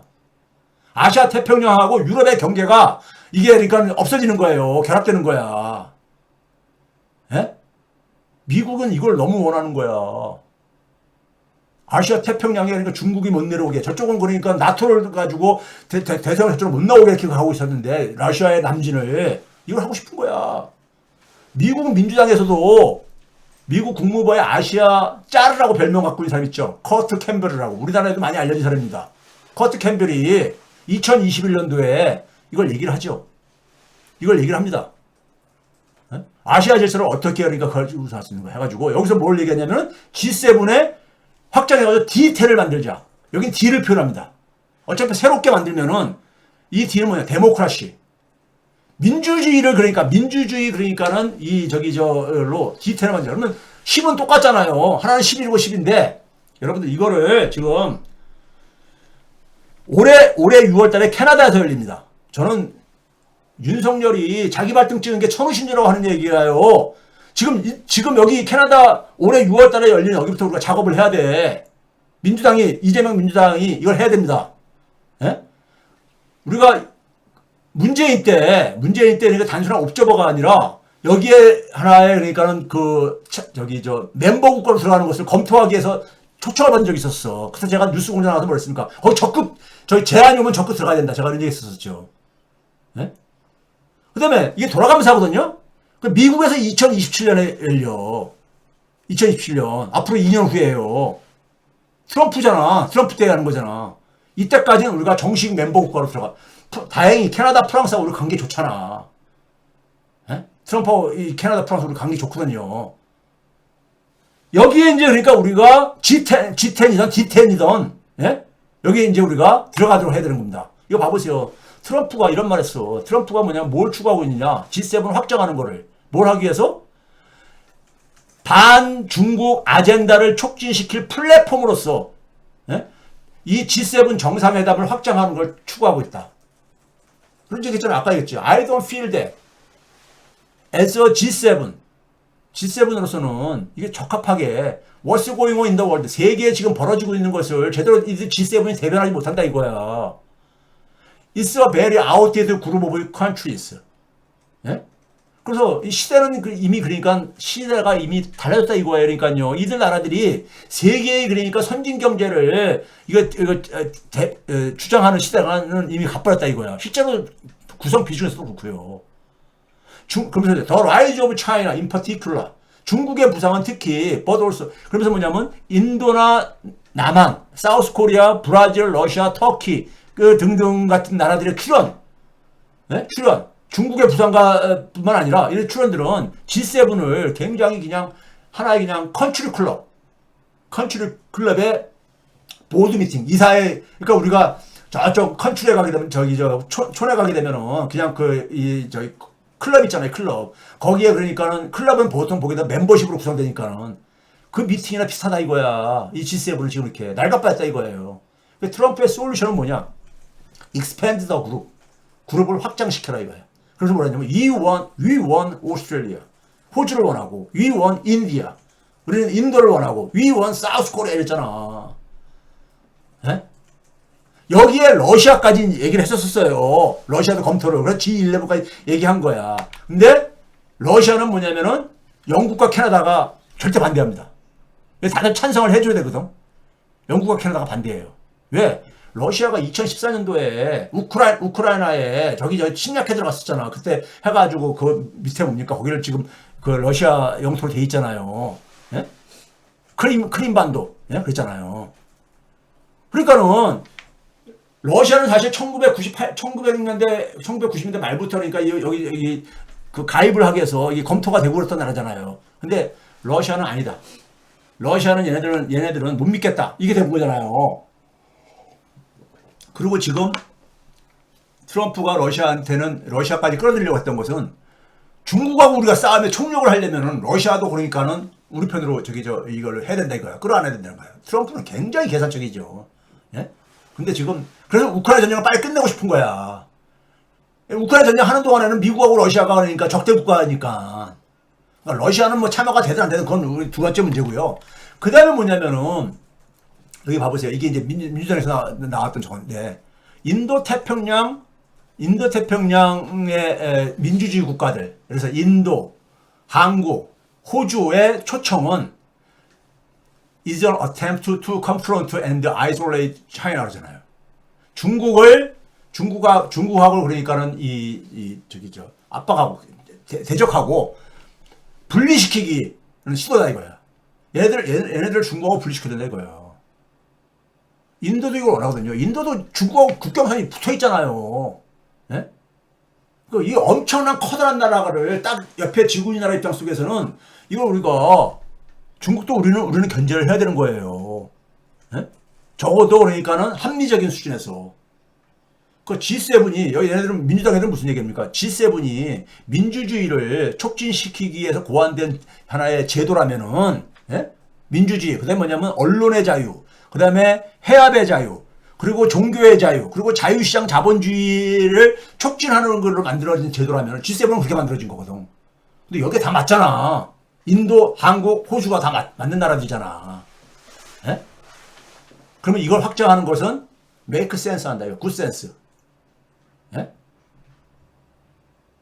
그렇잖아요. 그럼 중국을 배제할 수 있는 논리는 이거 가지고 가능하거든. 예? 그래가지고 맨 밑에만 다시 읽을게요. Alliance of Democracy. 민주주의 동맹. 뭘 가게해서 민주주의 가치를 촉진하고 이걸 방어하기 위해서 그리고 개인의 자유를 가치 있는 목표라 이거야. 이게 미국 민주당의 엘리트들이 갖고 있는 인식 수준이에요. 세계관과 저거야. 이거를 그러니까 우리가 강 건너 불교한 우리가 이거를 차고 들어가야지. 여기 들어가면요 자연스럽게 뭐가 해결되느냐? 자연스럽게 뭐가 해결되겠습니까? 일본과 우리의 관계가 수직적인 관계가 아니라 대등한 관계가 되는 거예요. 그렇잖아. 그리고 여기 속에서 뭐냐면 세계의 주요 문제를 같이 다 논의를 해야 돼. 미국 혼자 못해. 거기에 우리가 참여할 수 있어. 여기 안 들어가면요. 여기서 애들이 결정하는 것대로 우리가 따르기만 해야 돼. 여기 안 들어간다고 해서 우리가 안 따를 수가 있어요? 네? 그렇잖아. 근데 이야기면 들어가서 거기서 그러니까 유럽 국가들하고 같이 힘을 합해가지고 미국이 지나치게 가게 되면 견제도 할 수 있잖아. 이게 택중유화예요. 이게 택중유화라고. 여러분들 택중유화는 그렇기 때문에 정치적인 창조 기술이야. 과거에 문재인 정부 때는 일본이 반대했어. 한국의 참여를. 왜 그렇습니까? 문재인 정부 때는 일본하고 한국이 완전히 뭡니까? 물과 불처럼 따로 떨어져가지고 아예 관계가 단절됐었잖아. 물과 불이 따로 떨어져 있는 거야. 이건 아무 변화를 못 만들어내지. 그러니까 일본이 반대하지. 근데 이제 한미일 안보 협력체제가 됐는데 이제 일본이 반대할 명분이 없지. 명분이 없는 거잖아요. 나머지 나라는 다 찬성했었어. 한국 들어오는 거에 대해서. 그 다음에 그럼 중국과 관계는 그러면 갈 거냐? 아닙니다. 여러분들 2021년 5월 22일 날 문재인하고 바이든하고 성명문을 낸 게 있습니다. 중국하고 글로벌 사우스하고 아니 독일이나 프랑스나 영국이 중국이나 글로벌 사우스 국가들하고는 협력관계 안 합니까? 하잖아요. 여기 들어간다고 이들하고 그러니까 적이 되고 그러는 거 아니야. 바깥에 있다고 해서 미국말 우리가 안 들을 수가 있어요? 아니잖아. 들어가는 게 오히려 훨씬 더 우리의 그러니까는 이 활동의 이 자율성이 더 넓어진다니까 공간이. 이런 사고의 전환이 필요한 거예요. 이게 바로 택중유화야. 그 당시에 이게 문재인하고 바이든하고 성명문 만든 거야. 이때 뭐랬습니까요? 개방적이고 투명하며 포용적인 지역 다자주의 중요성을 인식하였다. 이런 거에 동의해 준 거야. 그리고 규범에 기반한 국제 질서를 저해하는 모든 행위를 반대하고 포용적이고 자유롭고 개방적인 인도 태평양 지역을 일력하였다. 이거 굉장히 무슨 추상적인 선언이잖아요. 원론적인. 남중국해에 대해서 중국이 굉장히 싫어하는 거에 대해서도 어떤 식으로 표현했냐. 남중국해 및 여타 지역에서 평화와 안정, 합법적이고 방해받지 않는 상업 및 항행, 상공비행의 자유를 포함한 국제법 존중을 유지하겠다. 이거 가지고 중국이 그러다 보면 중국은 남중국해를 거론하는 거 굉장히 싫어하거든요. 자기들 주권이라고 해가지고. 근데 이게 중국이 그렇다고 해서 이거 가지고 기분 나쁘더라도 뭐라고 할 수가 없잖아. 원론적인 얘기를 한 거잖아요. 평화, 안정. 그 다음에 자유를 포함한 국제법 존중을 얘기를 했어. 이게 무슨 중국이 이거 가지고 흔할 수 없잖아. 예? 대만해협. 굉장히 날카로운 부분이죠. 대만해협에서도 평화, 안정 유지 중요성을 강조했다. 평화, 안정을 유지라는데 뭐가 저거야. 이건 중국도 이건 원하는 거잖아. 예? 이 정도로 문재인 유선을 계산을 하면 되는 거야. 지금 근데 윤석열 때는 뭐였습니까? 글로벌 돌격대 역할을 해가지고, 돌격대 해가지고, 우크라이나에다가 그러니까 군대도 파견하고 이딴 소리 했잖아요. 거기다가 지금 바이든 때 우리나라 기업들을 많이 미국에 저했잖아요. 이것도 우리가 이미 진출한 거 어떻게 할 거야? 다시 돌아오라 할 수 없는 거고. 지금 우리가 이 산업성 되게 다음에 한번 있을 때 얘기할게요. 얘기하는데, 우리나라 생태계도 지금 제조업 산업 생태계가 엄청나게 문제가 많잖아요. 예? 이거 재구성 기회로 활용할 수가 있어. 재구성 기회로요. 예? 지금 중국한테 가장 우리가 중국의 부상 속에 제일 피해본 나라가 한국인데, 예? 산업 생태계가 가장 발달한 나라는요, 미국이에요. 어쨌든 좋든 싫든 간에. 예? 이거를 활용할 수가 있다니까요. 그래서 이제 좀 정리를 합시다. 2025년에 K민주주의는 세계 민주주의의 분수령 역할을 할 수밖에 없어요. 이게 대한민국의 운명이야. 이게 운명이야. 그래서 타고르가 당시에, 예? 동방의 타오르는 저기 햇불인가 뭐라고 얘기한 이유가, 예? 트럼프식 자국 중심주의와 극우 흐름이 세계를 지배하는 상황에서 시대 정신과 전략을 제공할 역사적인 의미가, 이게 그래서 제가 그랬잖아요. 2021세기에 3.1운동, 3.1 혁명이 돼야 된다. 2025년 K민주주의론. 이를 위해서 절대 필요 조건이 뭐냐? 첫 번째가 민주주의 강화입니다. 내부가 통합되고 강화가 돼야지만이, 단합돼야지만이 대외적인 관계를 잘 풀 수가 있어요. 안에서 새는 바가지가 바깥에서도 간다 그런 얘기 있잖아요. 우리 속담에. 예? 이거 하려면 어떻게 되냐? 국민들이 정치적인 효능감을 느끼게 해주고 경제력을 강화시켜줘야 돼. 제가 늘 얘기해요. 소득 및 금융에 대한 기본권을 강화를 해줘야 되고, 예? 그리고 앞에서 얘기했듯이 절대적인 필요 조건 두 번째가 뭐냐? 국제사회의 의사결정에서 과정에서 상대적인 자율성을 우리가 확보해야 돼요. 충분 조건은 뭐냐? 우리의 산업 경쟁력을 강화하기 위해서 산업 생태계를 재구성해야 됩니다. 그 택중유와 정치를 마지막으로 정리하면 이런 겁니다. 사회 갈등이, 어느 사회나 사회 갈등은 존재해요. 이건 당연한 거야. 자연스러운 거예요. 이게 너무 심해지게 방치한 문제지만은 어느 정도 존재는 당연한 거고 또 필요합니다. 왜? 갈등이 없는 데는 자연에도 없어요. 정치는 이 갈등을 변화와 혁신으로 만들어내는 창조적인 기술이에요. 정치인들은 뭐가 됩니까? 창조인이 돼야 돼. 창조. 자연의 변화는 낮과 밤의 순환과 조화로 가능하죠. 그래서 계절이 바뀌고 그러죠. 예? 변화를 만들어내잖아요. 예? 여기서 낮과 밤은 오늘의 낮과 오늘의 밤이지 오늘의 낮과 어제의 밤이 아닙니다. 지금 뭐냐면 국힘당 같은 경우는 어제의 밤이야. 그래서 국힘당하고 국힘당을 지지하는 국민들하고는 분리를 해야 돼. 그러니까 예를 들어서 낮과 밤은 정치의 비전은 민주당 지지국민과 국힘당 지지국민이지 민주당 정치인과 국힘당 정치인이 아닙니다. 이렇게 이 문법을 보면 안 돼. 그러면 국힘당 지지국민 중에서 최대한 거기가 그러니까는 30%가 50%로 되거나 이렇게 되면 안 되는 거잖아요. 안 되는 거잖아. 예? 거기를 최소화시켜야지. 30%에서 20%, 10% 최소화시켜야 되는 거죠. 예? 그러니까 상대당 지지국민의 공감을 만들어내는 정치 역량이 발휘가 필요한 거야. 이런 점에서는요. 이들이 되게 갖고 있는 게 뭡니까? 이들이 민주당에서 흔히 공격할 때 쓰는 표현이 뭐예요? 종북좌파라는 표현을 쓰잖아. 종북좌파가 이번에도 그러니까 선거 아니면 해킹 뭐 이런 거 할 때도 중국 사람 얘기하고 앉았잖아요. 예? 종북좌파가 바로 이제 친중이라 이거야. 친중. 이 논리잖아요. 얘네들이 하는 게 맨날. 예? 근데 여기 우리가 G7, G10에 들어가 보세요. G10에 들어가게 되면 우리가 친중 소리 얘기할 수 있어? 없잖아. 없잖아요. 예? 이걸 해내야 되는 거야. 여러분 여기서 미국이란 나라도요 엄청나게 이 갈등이 심했던 나라입니다. 루즈벨트가 역사적으로 여러분들 그러니까 프랭클 루즈벨트가 4선을 한 사람입니다. 4선. 루즈벨트가 4번 대통령을 하고 나서 헌법을 바꿔가지고 2번 이상 못하게 딱 이제 바꿔버린 겁니까? 22차 미국의 헌법 개정에서요. 미국은 워싱턴이 초대 대통령이 굉장히 좋은 정어를 만들어냈었어요. 2번 딱 하고 나서 더 이상 안 한다. 이렇게 했다고. 그래서 그게 관습적으로 내려왔었어요. 근데 루즈벨트가 4번. 그것도 물론 전쟁이라는 상황도 있지만은, 근데 루즈벨트가 4번을 할 때는요, 굉장히 지지를 많이 계속 받았던 거야. 4번째는 얼마 못하고 바로 사망을 했죠. 뇌졸중인가 뭔가로. 근데 루즈벨트가 여러분들, 미국 역사에서 모든 정치인은요, 이 부정적으로 평가하려면 부정적으로 평가할 수 있습니다. 근데 루즈벨트는 20세기에 미국을 만든 대통령이라는 걸 저는 개인적으로 동의합니다. 그 전까지는 의회 권력이 미국을 자주지했었어요.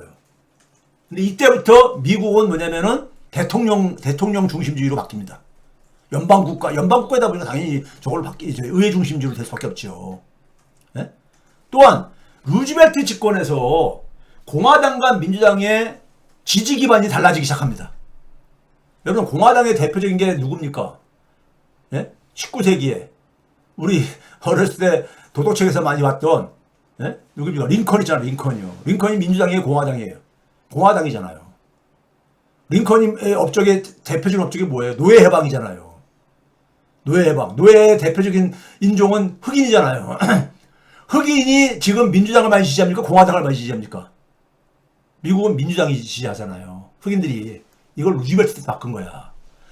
미국은 민주당이 남부가 원래가 지지 기반이고 공화당은 북부가 지지 기반이에요. 왜? 그래서 우리가 하잖아요. 노예를 해방한 게 북부의 제조업 기반, 공장지대에 노동력을 공급하기 위해서 제조업자들한테 굉장히 유리했다 해가지고 북부 제조업 기반이 공화당, 남부 그러니까 이 농장, 플랜테이션 이쪽이 그러니까 소위 말해서 민주당 지지 기반 이렇게 됐었잖아요. 근데 이 루즈벨트가 소위 말해서 정치 지형을 바꾼 게 그게 바로 뉴딜 연합이라고 하죠.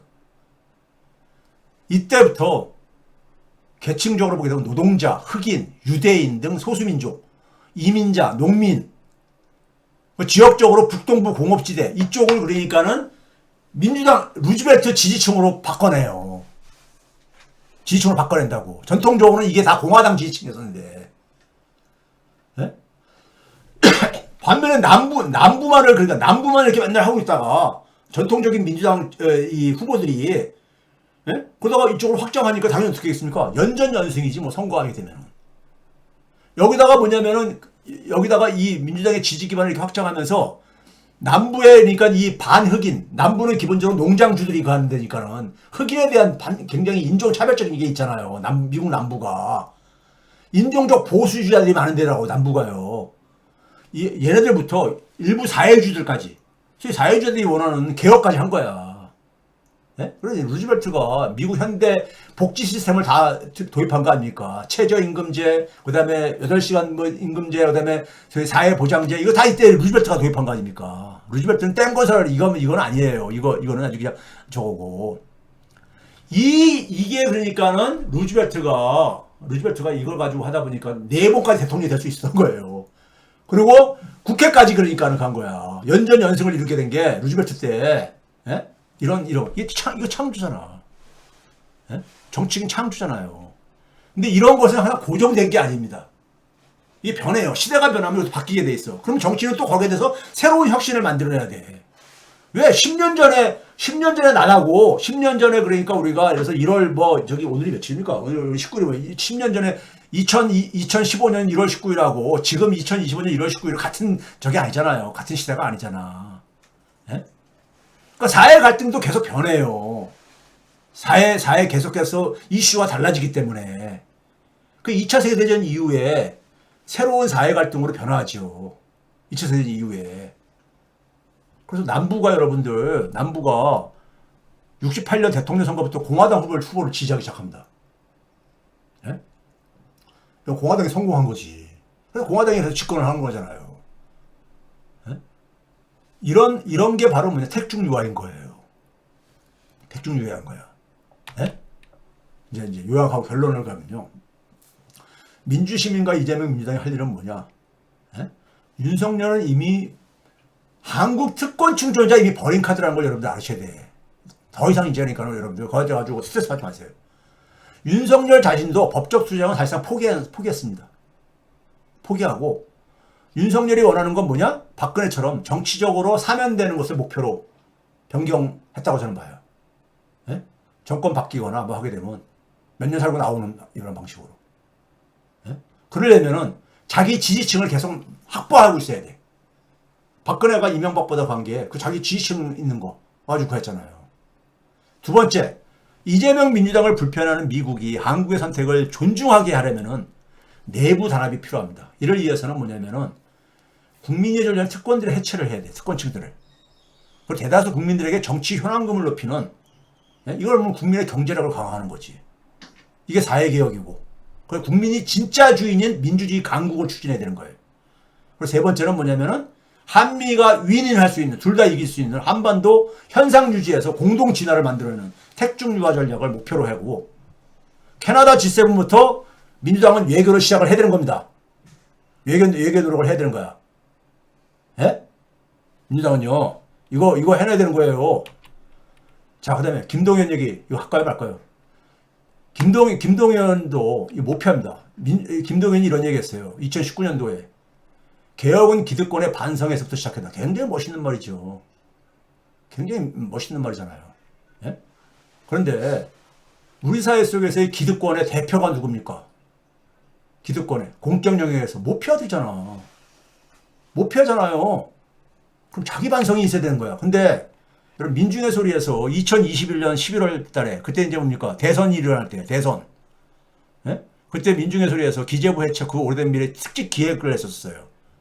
예? 그때 뭐냐면 이 특집 기획에서 이젠 기재부 해체다 해가지고 했을 때, 여기 당시에 김동연 후보가 새로운 물결 후보였었잖아요. 기재부 예산권 분리에 반대 입장을 필요로 합니다. 예? 모피아 개혁에 반대를 얘기를 해요. 모피아 개혁에 이 김동연이 평상시에 자기는 그러니까 굉장히 자수성가 어려운 환경에서 성공한 저걸로 이미지를 만들지만은 그 기득권에 자기는 포함이 안 돼 있는 거야. 자기 집단들은, 자기가 속한 집단은. 자, 모피아라는 게 뭐냐면요. 여기에 대해서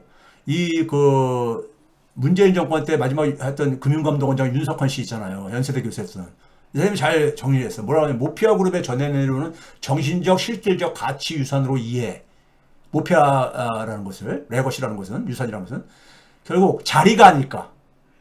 얘네들은 뭐냐면, 특권층을 위해서 가면서 자기들이 그러니까는 퇴직하고 나서 자기들의 그런 거 계속해서 경제적인 이권을 챙기는 거야.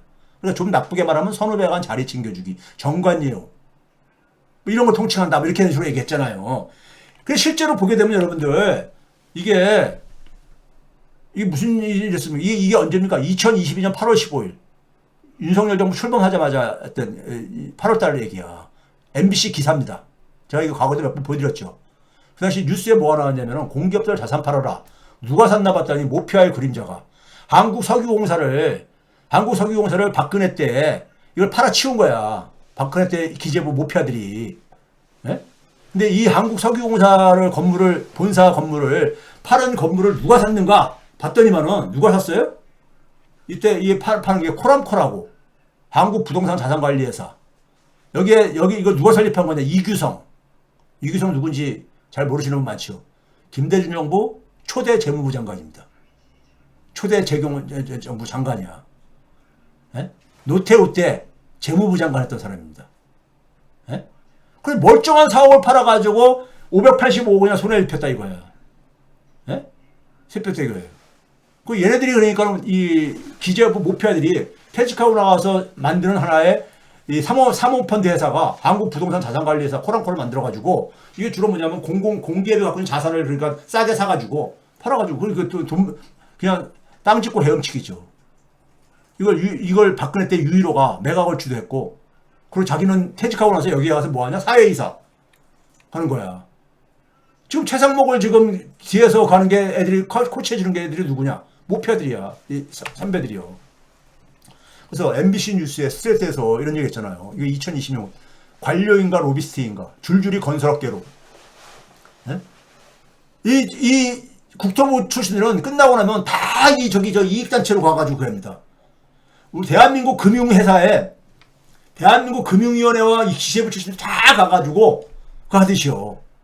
네? 가서 뭐 하느냐? 자기 후배 공무원들한테 로비하는 역할을 하는 거야.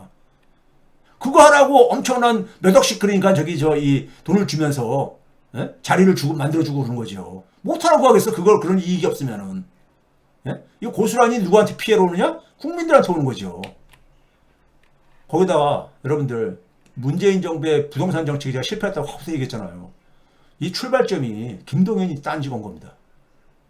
2017년에 당시에 그러니까는 김현미가 국토부 장관하고 할 때 보유세 인상 얘기하니까는, 보유세 인상 말 같지도 않은 소리 하지 마라. 당시에 추미애 의원이 대표했었어요. 민주당 대표. 필요하다면 초과다 많은 부동산 보유자에 대한 보유세대부터 적극 검토해야 될 것이다. 그러니까는 김동연이 뭐냐면 바로 대놓고 반대를 합니다. 에? 반대를 해. 예, 세금은 기재부 사는데 기재부 딴 찍어놓은 거야. 에? 그러면서 어떻게 했습니까? 그해 말에 금융위원회가 이제 국토교통부가 부동산 대책을 내놓는데 임대주택 등록 활성화 방안을 얘기하면서 예? 다주택 보유하고 있는 사람들에 대해서 뭘 합니까? 세금을 막 이제 인하해 주겠다고 하고 있고 더 나아가서는 뭐냐면은 당시에 그러니까는 이 규제 대상 지역에서는 대출을 못 받게 하겠었는데 여기에 아파트 담보 기업 자금 대출은 제한을 해서 예외를 한다. 기업들은 이게 뭡니까요? 임대사업을 하는 기업들 얘들은 그러니까 대출을 받게 해주겠다 이거야. 예? 투기지역 내 주택주택을 위한 기업 자금 대출을 허용한 거예요. 예? 이거 여러분 찾아보면 나와. 금융위원회 여러분들 이 보도자료에 있거든요. 김동연하고 홍남기가 문재인 정부의 1대 2대 경제부총리 했잖아요. 모피아 1, 모피아 2일 뿐이야. 봐보세요. 김동연이 뭐랬습니까? 당시에 김동연도 전국민 25만 지원 동의하지 않는다. 예? 이런 얘기 하고 있었어. 홍남기만 얘기한 게 아니야. 적어도 김동연 있잖아요. 이 문제들에 대해서 자기 입장을 명확하게 얘기를 해줘야 됩니다. 자기가 잘못 생각한 건지 그렇지 않다면은 민주당 후보로서는 그러니까 꿈 깨세요. 민주당 후보가 되는 거예요. 이거 봐보세요. 스트레이트에서 MBC 뉴스에서 보이스 강화 집요하게 막은 모피아. 예? 그러니까 여기에 보게 되면 이 김수현 사회수석이든 김동연 경제부총리든 간에 다 마찬가지다. 이런 얘기 했잖아요. 예?